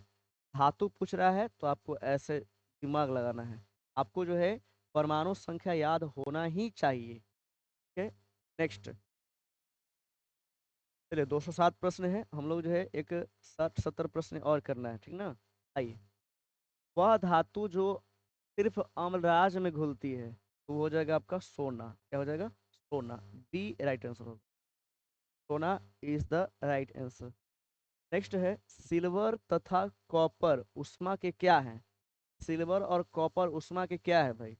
सिल्वर और कॉपर जो है उष्मा के अच्छे चालक है, याद रखिएगा, अच्छा चालक है। सर्वोत्तम चालक कौन आपका है? सर्वोत्तम चालक आपका सिल्वर है, उसके बाद आपका कॉपर है, ठीक ना। और उसके बाद बोलेगा तो आपका एल्युमिनियम है कि नहीं? याद रखिएगा ये आप। नेक्स्ट है, आइए सभी, लेड उष्मा का क्या होता है? लेड मतलब होता है भाई, लेड का मतलब पीबी। और उष्मा का ये जो है बहुत ही कम चालक है, बहुत ही कम चालक है कि न्यून है, नहीं समझा? चालक अचालक दोनों नहीं, ये तो भाई है नहीं। अचालक मान लीजिए, ए ऑप्शन। हाँ, बहुत ही कम चालकता करता है लेड, इसका अपवाद के रूप में आता है कि धातु होते हुए भी बहुत ही कम चालकता या फिर नहीं के बराबर चालकता प्रदर्शित करता है। नेक्स्ट आते हैं, धातुएं उष्मा और विद्युत दोनों के क्या होते हैं? चालक होंगे, है कि नहीं? धातु मतलब चालक होगा भाई, कंडक्टर जिसको बोलते हैं। नेक्स्ट प्रश्न, कुछ धातु के साथ हाइड्रोजन संजोग करके क्या बना देता है, हाइड्राइड बना देगा। हाइड्रोजन से करेगा तो हाइड्राइड ही बनाएगा, ठीक ना बुआ। जैसे हमने सोडियम लिया, अगर इससे हाइड्रोजन रिएक्शन करेगा, देखो सोडियम से अगर हाइड्रोजन रिएक्शन किया, जैसे उच्च रिएक्शन वाला, तो रिएक्शन जैसे करेगा तो आपका बन जाता है NaH बन जाता है, NaH, इसको बोलते हैं हाइड्राइड। हाइड्राइड राइट आंसर होगा ए आपका राइट आंसर। क्लियर सभी को, लेकिन सब पढ़ाया हुआ है चैनल पर। धातुओं के ऑक्साइडों को क्या कहते हैं, तो धातु का ऑक्साइड हमेशा जो है क्षारीय होगा, याद रखिएगा ए राइट आंसर है। नेक्स्ट, धातुओं के ऑक्साइड हाइड्रोक्लोरिक अम्ल के साथ अभिक्रिया करके कौन सा उत्पाद देते हैं, है कि नहीं। धातु का ऑक्साइड है, धातु का ऑक्साइड मतलब क्षारीय होगा। धातु का ऑक्साइड मतलब क्या बाबू, क्षारीय, है कि नहीं, क्षारीय यानी क्षार। और हाइड्रोक्लोरिक अम्ल क्या हो, अम्ल है कि नहीं, अम्ल है। अभिक्रिया करेगा तो क्या बनाएगा, लवण बनाएगा, है कि नहीं, लवण और प्लस में जल बनेगा, है कि नहीं, तो लवण हो जाएगा। लवण में कौन, तो हाइड्रोक्लोरिक बोला ना, तो क्लोराइड हो जो बनेगा, तो उसमें क्लोरीन है ना जी। तो हाइड्रोक्लोरिक में धातु के क्लोराइड बनेगा, और प्लस में हाइड्रोजन, सॉरी एक मिनट, हाँ सॉरी क्लोराइड है ना, तो जल बनेगा इसमें। हाइड्रोजन बोल रहा है, ये हाइड्रोजन तो होगा नहीं, क्या है, जल बनेगा, याद रखिएगा। लवण और जल बनाता है, तो धातु के क्लोराइड प्लस जल, और बड़ा नहीं है, ठीक ना। चलिए नेक्स्ट, कैल्शियम और मैग्नीशियम धातु जल पर तैरने लगते हैं क्योंकि उसकी सतह पर एक गैस चिपक जाता है। नहीं ध्यान से, होता क्या एक्चुअली, देखो बाबू, कैल्शियम और बात करें मैग्नीशियम, दोनों जैसे ही जल से अभिक्रिया करते हैं, यानी H2O से अभिक्रिया करते हैं, तो वे जो है रिएक्शन करते ही, है कि नहीं, धातु के ऑक्साइड बनता है, और प्लस में हाइड्रोजन गैस बनता है, दोनों में, है कि नहीं। MgO और प्लस में आपका H2, याद रखिएगा ये गर्म जल से अभिक्रिया करेगा, ये ठंडा जल से अभिक्रिया करेगा, CO2 देगा, ऑक्सीजन देगा, लेकिन आग नहीं लगाता है। ये जो है मैग्नीशियम ऑक्साइड बनाएगा, लेकिन गर्म जल से अभिक्रिया करेगा, ठीक है। तो होता क्या है ना कि ये दोनों जो है इसके सतह पर चिपक जाते हैं, हाइड्रोजन गैस, जिससे क्या होना, घूमने लगता है, ठीक ना, तैरने लगता है। तो कौन सा गैस बोलेगा यहाँ पे, हाइड्रोजन गैस, ए नंबर, हाइड्रोजन गैस हो जाएगा ए नंबर इसका राइट आंसर। नेक्स्ट आते हैं, नेक्स्ट प्रश्न की ओर बढ़ते हैं बाबू। कौन सी धातु द्रव अवस्था में, तो पारा हो जाएगा, क्या हो जाएगा, पारा हो जाएगा। पारा को हम लोग मरकरी के नाम से भी जानते हैं। नेक्स्ट, नीचे दिए गए अभिक्रिया में कौन अपचायक है, अपचायक कौन है भाई, ध्यान से समझिएगा। मैग्नीशियम यहाँ पे जो है ऑक्सीजन के साथ है, लेकिन इस तरफ आया तो ऑक्सीजन गायब है, ऑक्सीजन गायब। एकरा मतलब है कि मैग्नीशियम का जो है, मैग्नीज ऑक्साइड जो है, इसका हो रहा है अपचयन, और किसकी उपस्थिति में हो रहा है, तो एल्युमिनियम की उपस्थिति में हो रहा है, ठीक ना, एल्युमिनियम की उपस्थिति में हो रहा है, तो एल्युमिनियम यहाँ पे अपचायक होगा, ठीक है, यानी कि एल्युमिनियम राइट आंसर होगा। नेक्स्ट प्रश्न की ओर आते हैं, किस प्रकार का अम्ल है HNO3, तो एक प्रकार के प्रबल अम्ल है, याद रखिएगा, प्रबल ऑक्सीकारक है, किसके पास ऑक्सीजन है, किसके पास ऑक्सीजन त्यागने की क्षमता हो, तो बोलते हैं ऑक्सीकारक। तो HNO3 एक प्रबल ऑक्सीकारक है। नेक्स्ट है, लोहे पर भाप की अभिक्रिया से कौन सी गैस उत्पन्न होती है, तो भाप, लोहा है Fe, अब भाप की है तो भाई H2O है कि नहीं। तो भाप की अभिक्रिया से कौन सी गैस होगी, निकलेगी, जाहिर सी बात है ऑक्सीजन गैस, हाइड्रोजन गैस निकलेगा, हाइड्रोजन गैस निकलेगा भाई, ठीक है ना, ये आपका राइट आंसर। नेक्स्ट, मैग्नीशियम के दहन से क्या उत्पन्न होते हैं, है कि नहीं, मैग्नीशियम से उत्पन्न दहन से, तो मैग्नीशियम आपका Mg है, और दहन मतलब कि O2, ये बन जाएगा आपका MgO, है कि नहीं। और ये होता है आपका क्षारीय होगा, क्या होगा, क्षारीय, क्योंकि धातु के सारे क्षारीय होते हैं। नेक्स्ट प्रश्न की ओर आते हैं, निम्नलिखित में किस विलयन का उपयोग दीवारों की सफेदी करने के लिए किया जाता है, तो दीवारों की सफेदी करने के लिए भाई साहब हम यूज करते हैं CaOH के हॉल ट्वाइस, यानी इसका बी, चूना जल जिसको बोलते हैं, चूना जल का प्रयोग करते हैं ना, बी हो जाएगा। नेक्स्ट प्रश्न की ओर आते हैं, लेड और मरकरी उष्मा के क्या है, तो अचालक है भाई, है कि नहीं, लेड मरकरी उष्मा के अच्छा चालक है, याद रखिएगा, अच्छा चालक है। ए, देखो सुनो ध्यान से। होता क्या है ना कि आप मरकरी देखिए ना, मरकरी थर्मामीटर जिसको बोलते हैं, है कि नहीं, सॉरी थर्मामीटर बोलते हैं। थर्मामीटर में डाला रहता है मरकरी, वो हल्का सा भी उष्मा ग्रहण करके फैलाव लाता है अपने अंदर, तो अच्छे चालक ये है। ठीक है, नेक्स्ट आते हैं। एल्युमिनियम ऑक्साइड, जिंक ऑक्साइड की प्रकृति क्या है? तो अम्लीय क्षारीय दोनों है, इसलिए इसको उभयधर्मी ऑक्साइड बोलते हैं, क्योंकि ये अम्ल और क्षार दोनों से अभिक्रिया कर सकते हैं। ठीक है, नेक्स्ट आते हैं।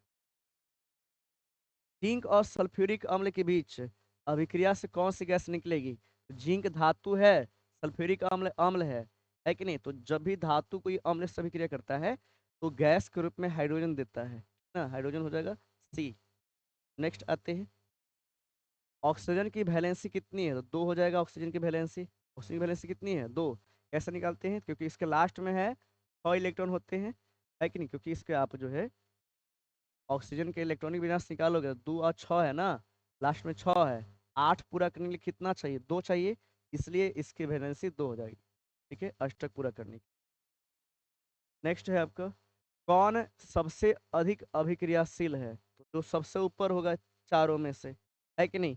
तो भाई बताया गया था कि हाइड्रोजन के नीचे जो है आपका होता है कौन? कॉपर होता है। उसके नीचे Ag होता है कि नहीं? उसके नीचे भाई आपका Hg, उसके नीचे Hg होता है, यानी मरकरी, है कि नहीं? और सबसे नीचे इसमें आपका सोना होगा, फिर उसके भी नीचे प्लेटिनम होता है। तारों की बात कर रही है ना, सबसे अधिक कौन हो जाएगा? कॉपर हो जाएगा, यानी कि ए। ए आपका राइट आंसर। क्रियाशीलता श्रेणी याद करना बहुत जरूरी है, तो बहुत सारे प्रश्न आप बना सकते हैं। निम्नलिखित में से कौन सा उत्पाद लेड नाइट्रेट को गर्म करने में प्राप्त होता है? लेड नाइट्रेट का सूत्र होता है PbNO3 का होल ट्वाइस। जब इसको आप गर्म करोगे कोई बनता है PbO+NO2+O2, याद रखिएगा, है कि नहीं? तो कौन बनता है? तो NO2 और O2, ये हो गया आपका, ठीक है ना? ये नीचे बैठ जाता है, ये पीले कलर का होता है, उत्पाद के रूप, सॉरी, ये अवक्षेप के रूप में आएगा, पीला कलर का होता है, ठीक है ना? ये ब्राउन कलर यानी भूरे रंग का होता है, और ऑक्सीजन आपका रंगहीन यानी कलरलेस होता है। ठीक है, नेक्स्ट आइए। अमोनिया के एक अणु में नाइट्रोजन और हाइड्रोजन के परमाणु का अनुपात कितना होता है? तो अमोनिया बनाते हैं तो हम लोग N2 प्लस H2 लेते हैं, इससे बनता है आपका है NH3 ना। अब इसको बैलेंस करो, भाई साहब बैलेंस करोगे तो देखो हाइड्रोजन यहाँ पे 2 है, यहाँ 3 है, दोनों में कॉमन 6 होता है कि नहीं? एलसीएम निकालोगे तो इसको 6 करने के लिए 2 से गुना, इसको 6 करने के लिए 3 से गुना, जैसे आप करोगे तो पाओगे कि बैलेंस हो गया। ठीक है, तो नाइट्रोजन इसमें 1 है और हाइड्रोजन इसमें कितना है? 3, यानी कि 1:3 का रेशियो होगा। ए राइट आंसर। क्लियर है? नेक्स्ट आते हैं। जब मैग्नीशियम फीता को जलाया जाता है तो उत्पन्न आग की लौ कैसी होती है? चमकदार उजला होगा। कैसा होगा? चमकदार होगा और उजला होगा। यस बिल्कुल। नेक्स्ट, सोने की परमाणु संख्या कितनी होती है? 79, याद कर लीजिएगा। चांदी का कितना होता है? चांदी का बताइए जल्दी से। चांदी का आपका होता है 47, 47, याद रखिएगा। ठीक है, लोहा का होता है 26।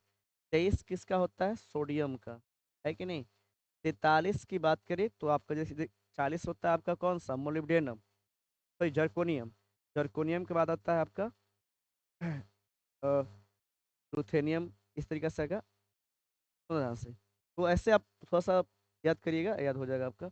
80 आपका पारा का हो जाता है, पारा का 80 हो जाता है। ठीक है, चलिए आते हैं आपको आगे। नेक्स्ट,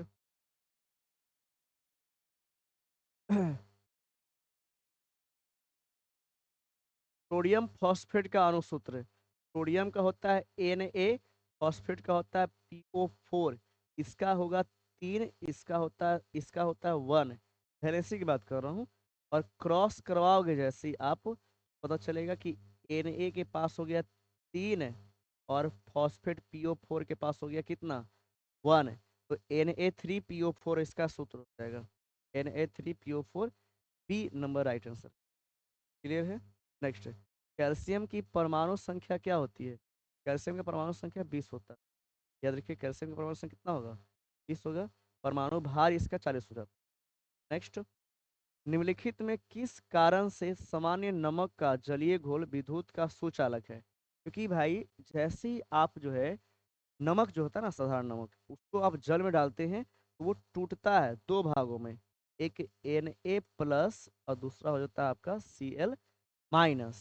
और आयन बनने के कारण, धन आयन और ऋण आयन दोनों बनने के कारण ये इसका विलयन जो होगा सुचालक होगा, यानी गुड कंडक्टर होता है। तो ऋणायन और धनायन दोनों की विपरीत दिशा में गति के कारण, हाँ ये भी हो सकते हैं। तो भाई जैसे ही आप जो है, सुन ध्यान से, जैसे ही आप जो है इलेक्ट्रोफोरेसिस, इलेक्ट्रोलाइसिस क्रिया करते हैं, उसमें होता क्या है कि एक हम लोग लेते हैं कैथोड, एक ले लेते हैं एनोड, और उसमें नमक डाल करके, NaC डाल करके इसे प्रभावित करेंगे तो एक बन, जो आपका कैथोड है कि नहीं, सुनो ध्यान से, यानी ये भागता है आपका कैथोड की ओर और ये भागेगा आपका एनोड की ओर, ठीक है नहीं? कैथोड इसमें निगेटिव होता है और एनोड इसमें पॉजिटिव होता है ना। तो भाई साहब ऐसे भागेगा, तो विपरीत दिशा भाग नहीं भागा, सोडियम भागा इधर की ओर, क्लोरीन भागा इधर की ओर। इस कारण से ये सुचालक होगा, मीन आयन है। तो इसमें ऋणायन और धनायन दोनों की गति के कारण होता है ऐसा, ठीक है ना। ये आई नेक्स्ट, निम्नलिखित में कौन अधातु है? अधातु पूछ रहा है, ठीक ना। तो अधातु कौन सा है? देखो, लोहा, कॉपर तो क्या धातु है, लोहा भी क्या धातु है, निकल भी क्या धातु है। फास्फोरस आपका अधातु हो जाएगा, इसकी परमाणु संख्या 15 होती है। नेक्स्ट आते हैं, तो बताओ फास्फोरस का अणुसूत्र क्या होता है, बताओ तो जल्दी से। फास्फोरस का अणुसूत्र होता है P4, याद रखिएगा। फास्फोरस का अणुसूत्र पूछेगा तो P4 बता देना है। नेक्स्ट, कैलेमाइन किस धातु का अयस्क है? देखिए, कैलेमाइन का सूत्र होता है ZnCO3। तो आपको अंदाजा लग गया हो किसका है, आपका जिंक का है कि नहीं। और कैलेमाइन का प्रयोग किया जाता है खुजली के, खुजली, खुजली कैसे लिखा है, ज, खुजली, खुजली के दवा बनाने में इसका प्रयोग किया जाता है कैलेमाइन का, है कि नहीं। कैलेमाइन का प्रयोग खुजली के दवा बनाने में किया जाता है। नेक्स्ट आते हैं, बॉक्साइट निक्षेप में किस धातु का अयस्क, अच्छा बॉक्साइट किसका अयस्क है ये पूछ रहा है। तो बॉक्साइट का फॉर्मूला होता है भाई, देख सकते बता दोगे, बॉक्साइट का फॉर्मूला क्या होता है? Al2O3.2H2, एल्यूमिनियम ऑक्साइड डाईहाइड्राइड, हाइड्रेट बोलते हैं, ठीक है ना। यानी कि एक जलयोजित लवण है, तो किसका हो जाएगा? एल्युमिनियम का हो जाएगा भाई, ठीक है, याद रखिएगा। क्लियर सभी को? चलिए, जब आ गया है तो इसका फेवरेट जो है एक एक प्रसिद्ध देख लिया जाए अयस्क। देखिए, Hg मतलब पारा, इसका फेवरेट अयस्क का नाम हो जाता है HgS, जिसको हम लोग जो है तीने बार बोलते हैं, तीने बार, ठीक है ना। तीने बार हो जाता है, मरकरी का अयस्क है। जिंक जैसे बताया गया आपको, है कि नहीं, जिंक ZnO, ZnO मतलब जिंकाइट, किसका हो गया? जिंकाइट का, जिंकाइट, ठीक है। एक होता है भाई इसका ZnS, यानी कि zinc sulphide.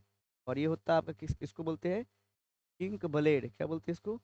Zinc blende, blend के नाम से जानते हैं, जिंक ब्लेंड बोलते हैं। तो हो गया इसका फेवरेट। इसकी बात करूँ तो इसका भी दो तीन है फेवरेट फेवरेट। जैसे पहला है कॉपर पैराइट, ये बहुत फेमस है, ठीक है ना। CuFeS2, कॉपर पैराइट का सूत्र है कि नहीं, Pa, Ya, Ra, I, Ta, S, पैराइट्स का सूत्र है। एक होता है इसका Cu2S, इसको बोलते हैं कॉपर ग्लांस, क्या बोलते हैं? कॉपर ग्लांस, याद रखिएगा। तो हमने फेवरेट फेवरेट ले लिया। अब इसी का एल्युमिनियम का ही एक और अयस्क है कि नहीं। एल्युमिनियम का एक और अयस्क है क्रायोलाइट, क्या है? क्रायोलाइट, फेमस फेमस याद कर लीजिएगा आप लोग के। क्रायोलाइट का सूत्र होता है Na3Al F6, याद रखिए, ये इसका सूत्र है। ये समझे कि नहीं समझे? तो ऐसे आपको रिवीजन करना है, बार बार रिवीजन करेंगे, ये छूटेगी नहीं। आइए नेक्स्ट प्रश्न की ओर बढ़ते हैं। निम्न में से दो इलेक्ट्रॉन खोकर अस्थाई इलेक्ट्रॉनिक विन्यास कौन प्राप्त करता है कि नहीं। तो मैग्नीशियम का होता है 12, ठीक ना। अब मैग्नीशियम का इलेक्ट्रॉनिक विन्यास निकालोगे तो 2 8 2 होता है, ठीक है। अब आते हैं कॉपर की बात कर लेते हैं भाई। तो कॉपर का होता है 29, इसका चलता है 2 8। फिर उसके बाद सुनो ध्यान से, 8, फिर यहाँ पे आप 2 ले लो, है कि नहीं, तो हो जाता है कितना आपका, फिर एगो 8 ले लो, ये हो जाता है 20। आप 20 में बाद 9 ले दो यहाँ, नहीं 10 ले लो यहाँ पे, क्या है आपका, कॉपर ना, सॉरी कॉपर को 29 होता है, तो यहाँ पे आप ले लो कितना, 10 ले लो, और यहाँ हो जाता है 1, ठीक ना, ऐसा। तो 18 ही चलता है ना, 18 में 10 आ गया, हाँ 18 10 28, ये आपका 18 हो गया, ठीक है नहीं, ये आपका जो है 18 हो जाता है, और इसका कितना हो जाएगा, 1, है कि नहीं, तो इसके लास्ट में 1 है, इसे 1 ही दिया गया नॉर्मल कंडीशन पर। फिर दूसरा बोल दिया जाए, सोडियम की बात किया जाए, सोडियम का होता है 11, है कि नहीं, 2 8 1 है, इसके लास्ट में 1 है। क्रोमियम की बात कर लिया जाए तो Cr24 होता है कि नहीं, और इसके भी कितना होगा, तो 2 8 13 और 1 होता है, ठीक ना, याद रखिएगा, 2 8 13 1 होता है। भाई साहब आपको बताया गया था, ये बात हाँ बिल्कुल सही है, कि जिसके अंत में अगर 1 2 3 इलेक्ट्रॉन हो, तो वे अपना अस्थायित्व जो है त्याग कर पूरा करता है। देखिए इस 3 गो के अंत में एक एक है, तो यानी सब एक ही इलेक्ट्रॉन त्यागेगा, लेकिन हमें क्या बोल रहा है कि 2 इलेक्ट्रॉन खोना। भाई लास्ट में 2 है, इसका मैग्नीशियम का, तो मैग्नीशियम बोल देंगे, आसानी से पकड़ा गया, आपका मैग्नीशियम ए हो जाएगा। ये सभी को बेहद आसान है। नेक्स्ट आते हैं, अधातु के ऑक्साइड जल में घुलकर क्या बनाता है, तो अधातु के ऑक्साइड जो है जल में घुलकर जो है अम्ल बनाते हैं, है कि नहीं, और धातु आपको एग्जाम्पल दिया गया था कार्बन वाला, ठीक है। नेक्स्ट आते हैं, निम्नलिखित में कौन आयनिक यौगिक है, तो आयनिक यौगिक KCl हो जाए, क्योंकि भाई HCN आयनिक है नहीं, है कि नहीं, क्योंकि सहसंयोजक यौगिक है ये। HCN क्या है, सहसंयोजक है। CCl4 भी क्या है, सहसंयोजक है कि नहीं, सॉरी, हाँ सहसंयोजक है, ये भी सहसंयोजक है, और ये भी आपका क्या हो जाता है, ये आयनिक है नहीं, ये भी क्या सहसंयोजक है कि नहीं। तो CN आप KCl क्या आपका आयनिक है, क्योंकि भाई इसका जलीय विलयन जो है K+ और Cl- में टूट जाता है, इसलिए आयन का निर्माण करेगा ये। नेक्स्ट प्रश्न, विद्युत अपघटन में इलेक्ट्रॉन मुक्त होता है किस पर, इलेक्ट्रॉन मुक्त होगा किस पर, मुक्त होगा भाई, तो विद्युत अपघटन में भाई इलेक्ट्रॉन निगेटिव चुकी है, तो इलेक्ट्रॉन आपका मुक्त होगा किस पर, एनोड पर, याद रखिएगा एनोड पर मुक्त होगा, है कि नहीं। नेक्स्ट है आपका ये, कौन आयनिक यौगिक है, तो आयनिक यौगिक में CaCl2 हो जाएगा, क्योंकि भाई ये है आपका सहसंयोजक, ये भी सहसंयोजक हो जाता है, और ये हो जाता है आपका उप सहसंयोजक, ठीक है, तो आपका C हो जाएगा राइट। नेक्स्ट है, इलेक्ट्रॉन के स्थानांतरण से बने यौगिक क्या कहलाते हैं, इलेक्ट्रॉन के स्थानांतरण से बनेंगे विद्युत संयोजी, यानी कि B राइट आंसर होगा, ठीक है। नेक्स्ट प्रश्न की ओर आते हैं, सोडियम की परमाणु संख्या 11 होती है, परमाणु भार 23 होता है, ठीक ना, भार कितना होगा, भार आपका 23 होता है परमाणु भार, या द्रव्यमान संख्या बोल दो।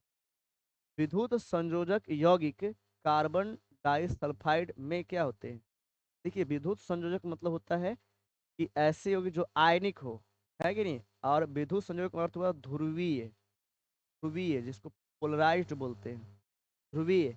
और कार्बन डाइसल्फाइड क्या है, कार्बनिक यौगिक है, यानी कि ये अध्रुवीय है, ध्रुवीय है, याद रखिएगा। तो कोई भी जो ध्रुवीय यौगिक है, याद रखिएगा, जो ध्रुवीय है अध्रुवीय में घुलेगा ही नहीं, है कि नहीं, तो नहीं समझे, तो क्या बोलते हैं, क्या अघुलनशील, बिल्कुल अघुलनशील होता है, C आपका राइट आंसर। क्लियर सभी को, चलिए बहुत अच्छे। नेक्स्ट प्रश्न की ओर आते हैं, निर्जल कैल्शियम क्लोराइड को क्या कहते हैं, तो उसके कारक हो जाएगा, याद रखिएगा आप लोग, कहीं भी अगर बोतल में सब में लैब के अंदर अगर जो उसको निर्जल करना होता है, बिल्कुल जल गैप करना होता है, तो इसके लिए भाई साहब हम लोग जो है CaCl2 का प्रयोग करते हैं, ये निर्जल कारक है, शुष्क कारक हो, ठीक ना, वायु गीला करने वाला नहीं है, इसके जस्ट विरुद्ध रहेगा, इसमें से जल सोख लेता है ये, तो उसके कारक हो जाएगा। ऐसे तत्व जो इलेक्ट्रॉनों को त्याग कर धनात्मक आयन बनाते हैं, उसको हम धातु बोल देते हैं, क्या बोल देते हैं, धातु, आपका B राइट आंसर हो। क्लियर सभी को, जो इलेक्ट्रॉन को खोता है तो हम क्या बोल देते हैं, धातु, और जो इलेक्ट्रॉन को ग्रहण करेगा ना बाबू, वो अधातु हो जाता है। क्लियर सभी को, चलिए नेक्स्ट प्रश्न की ओर बढ़ते हैं, बोला कि निम्नलिखित में कौन अधातु गैस है कि नहीं, गैस है और कैसा है, अधातु है, कौन है, तो कार्बन अधातु तो है, लेकिन ठोस होता है। क्या होता है? ठोस। हीलियम क्या है? अधातु है, ये गैस है। ठीक ना, याद रखिए। चांदी तो धातु हो जाता है, चांदी क्या है? धातु है। हमें पूछ क्या रहा है? अधातु पूछ रहा है। हाइड्रोजन भी क्या है भाई? तो हाइड्रोजन भी अधातु है, याद रखिएगा, अधातु है। अब पूछ रहा है कि अधातु गैस, तो हमारे पास दो दो हो गया, एक हीलियम हो गया, एक दूसरा क्या हो गया? हाइड्रोजन हो गया। इस हिसाब से आपका दोनों राइट आंसर हो जाएगा, है कि नहीं? बी एंड क्या हो जाएगा आपका? सी, दोनों हो जाएगा विद्यार्थी। चलिए नेक्स्ट प्रश्न की ओर आते हैं। और याद रखिएगा, आपका हाइड्रोजन जो है वह अधातु है और सबसे हल्का तत्व भी है ना। नेक्स्ट, गंधक की परमाणु संख्या क्या है? गंधक को बाबू बोलते हैं हम लोग जो है सल्फर बोलते हैं। क्या बोलते हैं? सल्फर, याद रखिएगा। और सल्फर की जो परमाणु संख्या है वो होता है 16। क्या होता है? 16। सल्फर एक प्रकार का अधातु है कि नहीं। चलो नेक्स्ट आते हैं। 16 हो जाएगा, सी आपका राइट आंसर। नेक्स्ट प्रश्न की ओर बढ़ते हैं। निम्नलिखित में किस तत्व में संयोजी इलेक्ट्रॉन की संख्या सबसे अधिक है? संयोजी इलेक्ट्रॉन की संख्या किसमें सबसे अधिक है? देखिए आइए, सिलिकॉन है। सिलिकॉन का होता है भाई, ध्यान से समझिएगा, सिलिकॉन 14 होता है। इसका इलेक्ट्रॉनिक विन्यास निकालोगे, 2 8 4, ये हो गया। फिर इसका क्या होता है? इसका होता है 13। एल्युमिनियम के लिए कितना होता है? 13। हो जाएगा 2 8 3, है कि नहीं। और फास्फोरस के लिए होता है 15, ठीक है। और इसका हो जाता है 2 8 5, क्लियर। और एक सोडियम का जो है भाई, सोडियम जो होता है Na 2 8 1, क्या सभी को? तो भाई साहब देखो, फास्फोरस बोला 2 8 5 हो जाएगा ना जी, 15 होता है ना इसका। देखिए, आप पढ़े हैं क्या कि सुनो, इलेक्ट्रॉनिक विन्यास निकालने पर लास्ट में जो आता है, लास्ट में जो बाहरी कक्षा में इलेक्ट्रॉन होंगे, तो उसको बोलते हैं सहसंयोजक यौगिक, है कि नहीं। इसको बोलते हैं वैलेंसी, यानी कि संयोजी इलेक्ट्रॉन बोलते हैं। सबसे अधिक किसका हो गया? 5 है, फास्फोरस का हो जाएगा। सी विल बी राइट आंसर, है ना, याद रखिए। ये आपका राइट आंसर हो जाएगा। बस ज़्यादा नहीं प्रश्न है, बहुत ही 50 हम लोग आ ही गए, है कि नहीं। 30 40 प्रश्न और है, 30 35 के आसपास और है। मालाकाइट किसका अयस्क है? तो मालाकाइट का फॉर्मूला होता है भाई साहब, Cu3.Cu OH के होल ट्वाइस ना, ये फॉर्मूला। तो देखो दोनों में Cu है ना, Cu हो जाएगा बी राइट आंसर। नेक्स्ट आते हैं, जिंक ब्लेंड। तो जिंक ब्लेंड का सूत्र होता है भाई ZnS, पढ़ाया गया था, जस्ता का है, बी हो जाएगा आपका। नेक्स्ट आते हैं, मिश्र धातु। देखो, मिश्र धातु जिसमें 90% कॉपर और टीन है, तो याद रखना परसेंटेज से मान लो कि नहीं पकड़ा रहा है अगर, तो आप डायरेक्टली क्या निकालोगे? किस पे जाओगे आप जाओगे कॉपर और टीन पर। बताया गया था आपको कि कॉपर और टीन की बात कर दिया जाए तो दोनों के मिलने से बनता है कांसा। क्या बनता है? कांसा बनता है। और कांसा को हम लोग बोलते हैं ब्रॉन्ज। क्या बोलते हैं? ब्रॉन्ज बोल देते हैं, ठीक है ना भाई। ब्रॉन्ज हो जाता है आपका, जिसको हम लोग कांसा के नाम से जानेंगे, डी हो जाएगा। नेक्स्ट है आपका, यस्त पुष्प क्या है? यस्त पुष्प, ठीक ना। तो यस्त पुष्प हम लोग जिंक ब्लेंड को बोलते हैं, जिंक ब्लेंड बोलते हैं, है कि नहीं, जिंक ब्लेंड बोलते हैं, क्लियर। तो ZnO हो जाएगा, ZnO जाएगा। नहीं, एक मिनट, नहीं बोलेगा बाबू। ये हो जाता है आपका किसका? ZnO का हो जाता है, जिंक का। नेक्स्ट, नेक्स्ट आते हैं, जल के विद्युत अपघटन में कैथोड पर क्या उत्पन्न होगा? है कि नहीं। जल का अगर हम विद्युत अपघटन कराएं, याद रखिएगा आप लोग, सुनो, एक जल ले लिया हमने, इसमें H2O ले लिया हमने, अपघटन कराएं, तो भाई साहब देखो ध्यान से, सुनना ध्यान से।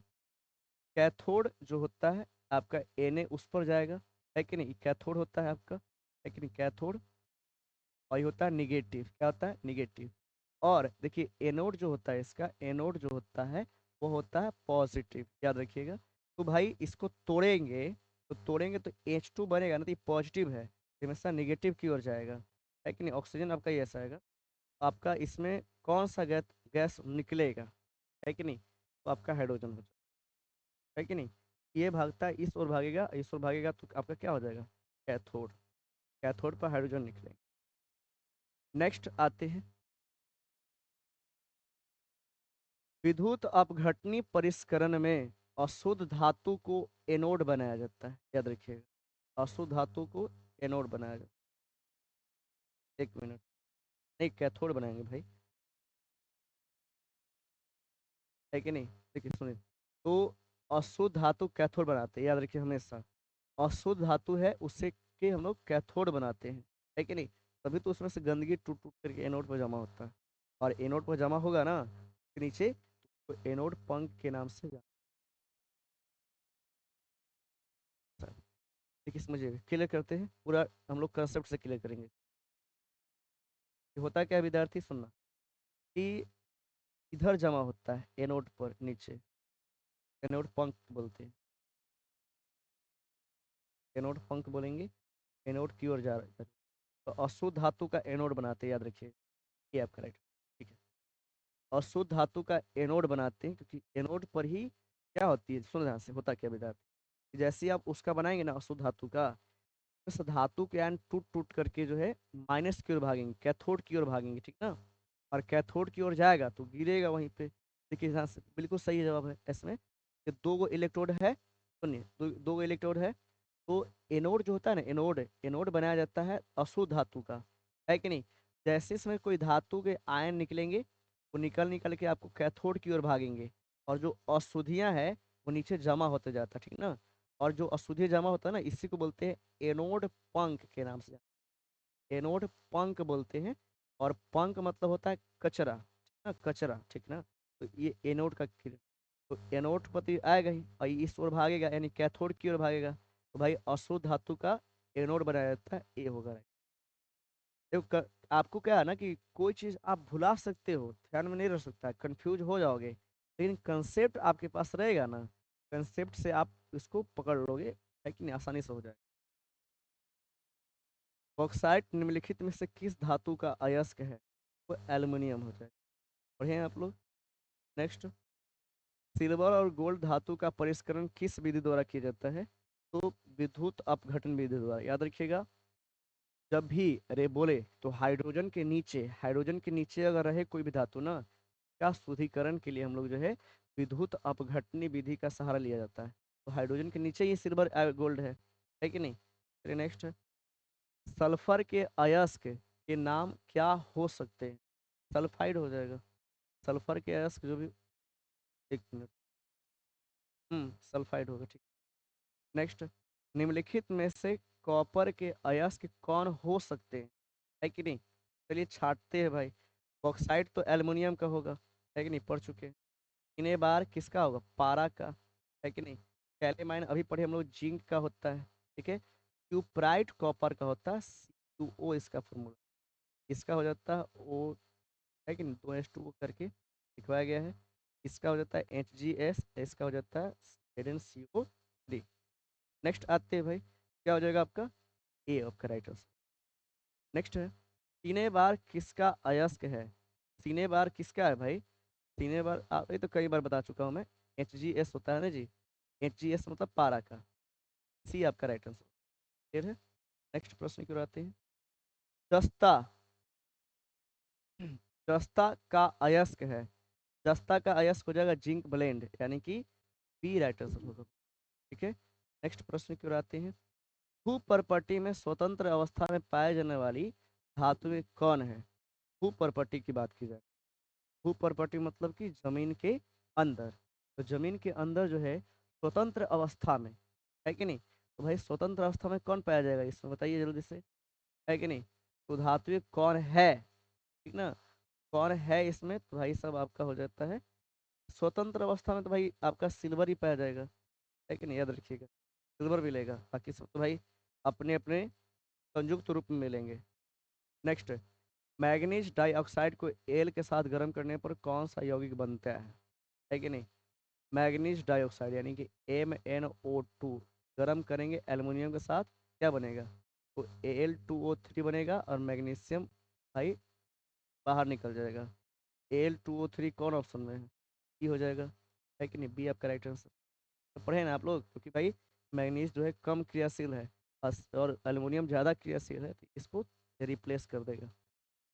आइए नेक्स्ट, अयस्कों के अयस्क को समृद्ध करने के लिए किससे किया जाता है? अयस्कों के अयस्क को, अच्छा भाई, एक मिनट, अरे सल्फाइड अयस्क होना चाहिए, यहाँ पे सल्फाइड होना चाहिए। तो सल्फाइड अयस्क को अगर साफ सुथ करना है ना बाबू, सल्फाइड अयस्क को, तो हम लोग जो है सहारा लेते हैं किसके? फेन उपलवन विधि, पी राइटर्स। सल्फाइड अयस्क में देगा ऑप्शन में, लेकिन इसमें क्वेश्चन में थोड़ा सा मिस्टेक हुआ है, सल्फाइड अयस्क यहाँ हो जाएगा ना। चलिए नेक्स्ट आते हैं भाई, नेक्स्ट प्रश्न की ओर बढ़ते हैं। बोरा की जेड एन यानी जिंक और एल्युमिनियम में कौन अधिक क्रियाशील है? तो ऊपर आएगा, है कि नहीं? ऊपर कौन आएगा इसमें से? सही भाई, तो बताया गया था आपको, आलू जरा का, काली राम कैसे करके है ना ट्रिक है, में आलू फिर उसके बाद जरा आता है, तो एल्युमिनियम ज्यादा क्रियाशील है और जिंक कम क्रियाशील है कि नहीं? नेक्स्ट आते हैं, पारा का अयस्क है कौन? सीने बार, क्योंकि इसका सूत्र होता है Hgs, कई बार बता चुका हूँ। नेक्स्ट आइए, जस्ता का अयस्क कौन है? जिंक ब्लेड, क्योंकि इसका सूत्र होता है Zn(S). नेक्स्ट आइए, अयस्क में अशुद्धि के रूप में उपस्थित पदार्थ क्या कहलाएगा? अग्राही यानी कि गैंग कहलाएगा, ठीक ना। चलिए आते हैं नेक्स्ट, निम्नांकित में कौन सी धातु सबसे अधिक तन्य है? सोना चांदी दो होता है, तो सोना ऑप्शन में है, ये लगा तो, है कि नहीं? नेक्स्ट आइए, लोहा को जिंक से लेपित करने की प्रक्रिया को क्या बोलेंगे? तो यस्त लेपन बोलते हैं। यस्त लेपन कहाँ है? या इसी को हम लोग गैल्वेनीकरण के नाम से जानते हैं, है कि नहीं? यस्त लेपन बोलो, यस्त लेपन, है कि नहीं? या गैल्वेनीकरण बोलो, या इससे को बोल देते हैं जस्तीकरण, जस्ती, क्लियर है? नेक्स्ट, शुद्ध सोना कितने कैरेट का होता है? 24 कैरेट का होगा, सी राइट आंसर। नेक्स्ट आइए, तांबा और टीन के मिश्र धातु क्या कहते हैं? तांबा मतलब कॉपर और टीन मतलब कि SN के मिश्र धातु को हम लोग बोलते हैं कांसा। क्या बोलते हैं? कांसा। ठीक है, आपका बी राइट आंसर होगा। ठीक है, आइए नेक्स्ट है, सीसा और टीन Pb+SN है, और इसके मिश्र धातु को बोलते हैं भाई सब, हम लोग बोलते हैं, क्या बोलते हैं? Pb+SN। जब 50-50% मिलता है कि नहीं? 50-50% मिलेगा तो बनेगा आपका सोल्डर। क्या बनेगा? सोल्डर, याद रखिएगा, सोल्डिंग करने वाला तार होता है ना, वही सोल्डर बोलते हैं इसको। सोल्डर में 50% होता है पीबी यानी कि लेड, और 50% होता है टीन, याद रखिएगा आप लोग। नेक्स्ट प्रश्न की ओर आते हैं, सामान्य, तो ये बोला है कि लंबे समय तक लोहे की काठी को आर्द्र वायु में छोड़ देने पर उसकी सतह पर कैसा परत चढ़ जाएगा? तो भूरा रंग का। जंग लगने की बात बेसिकली बोल रहा है कि आप लोहे की वस्तु को अगर जो है खुला वातावरण में छोड़ देते हैं तो जल के बूंद पड़ता है, तो जल की बूंद और प्लस ऑक्सीजन मिलने के कारण क्या होता है बाबू? उसके ऊपर एक जो है भूरे रंग का परत चढ़ जाता है कि नहीं? उसका सूत्र होता है Fe3O4.XH2O।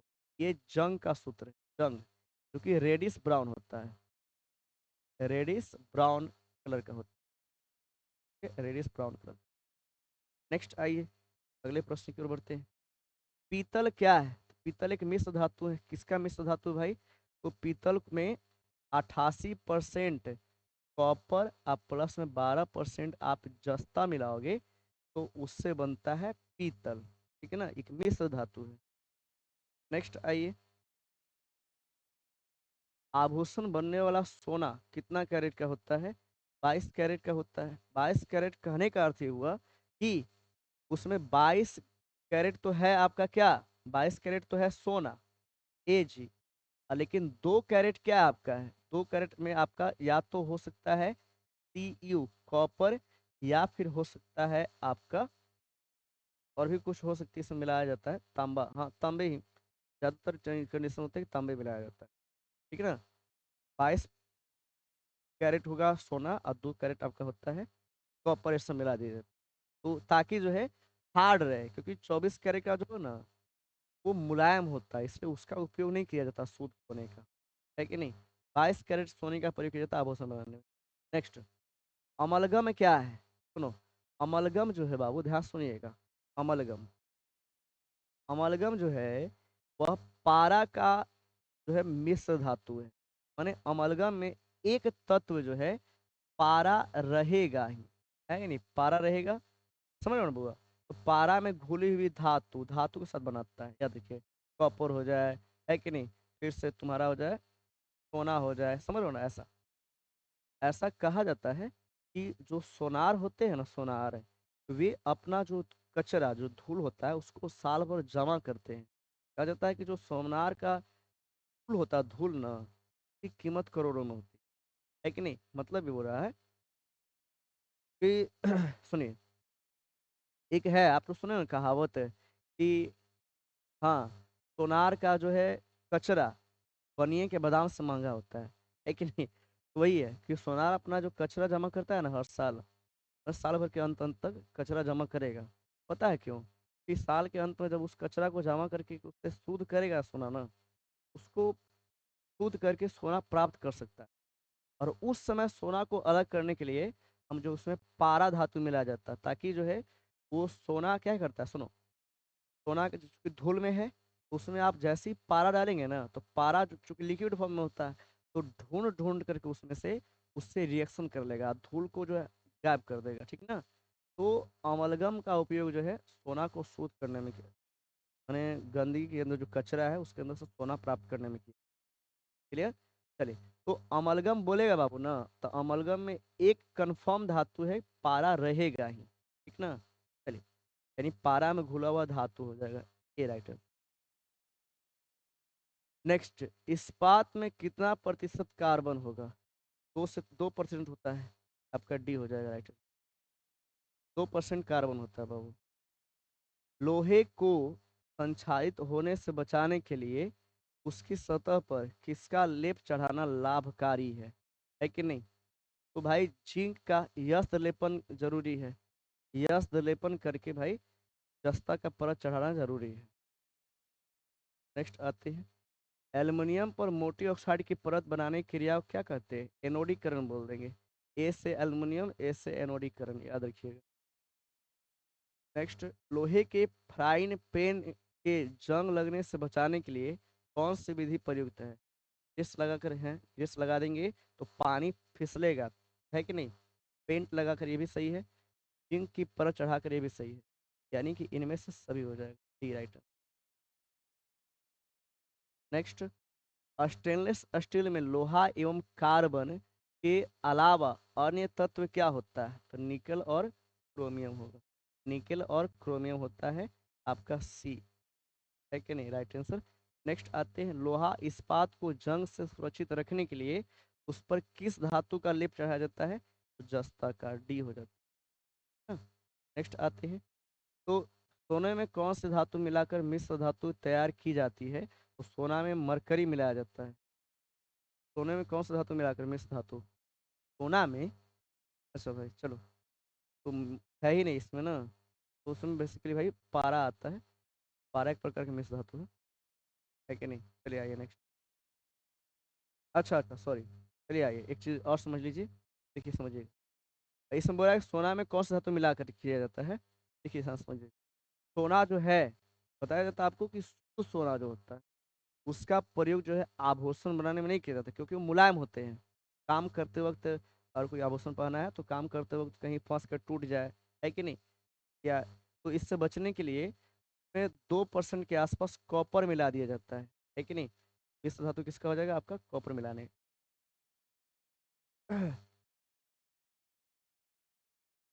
सिलिकॉन है, देखो सिलिकॉन क्या है भाई? तो सिलिकॉन एक उपधातु है, उपधातु है, डी हो जाएगा राइट। नेक्स्ट प्रश्न, पारा और एक अन्य धातु के मिश्र धातु को क्या कहते हैं? है कि नहीं? तो पारा के साथ अगर कोई भी धातु आ जाए तो बोलते हैं अमलगम, क्या बोल देते हैं? अमलगम बोल देते हैं बाबू, डी आपका राइट आंसर, हाँ, डी आपका राइट आंसर। नेक्स्ट है आपका, अच्छा इतना ही प्रश्न था बाबू, 285 क्वेश्चन हम लोग टोटल किए अभी तक, है कि नहीं? इसका एक और पार्ट आएगा जिसमें हम लोग जो है फिर से 150 200 के आसपास क्वेश्चन करेंगे। फिर आपका संपूर्ण केमिस्ट्री होगा। ठीक है ना? चलिए धन्यवाद सभी का रहने के लिए। आज चलिए अ, मिलते हैं एक नए वीडियो के साथ, है कि नहीं? आप लोग ऐसे ही तैयारी करते रहिए, बस ज़्यादा नहीं, 1 महीने के बाद आपके क्या है, बोर्ड एग्ज़ाम है कि नहीं? मैं ऐसे ही आपको जो है मैराथन क्लास ले लेकर के और तैयारी करवा दूंगा पूरा, ठीक है ना? आपको मैं ऐसे ही कभी कभी 500 क्वेश्चन का लेके आ गया मैराथन, है कि नहीं? कभी कभी 1000 क्वेश्चन का भी आएगा, आपको 12 से 12 घंटे का भी होगा, ठीक ना? चलिए, ठीक है बाबू, तो आज हम लोग इतना ही रखते हैं, है कि नहीं? धन्यवाद।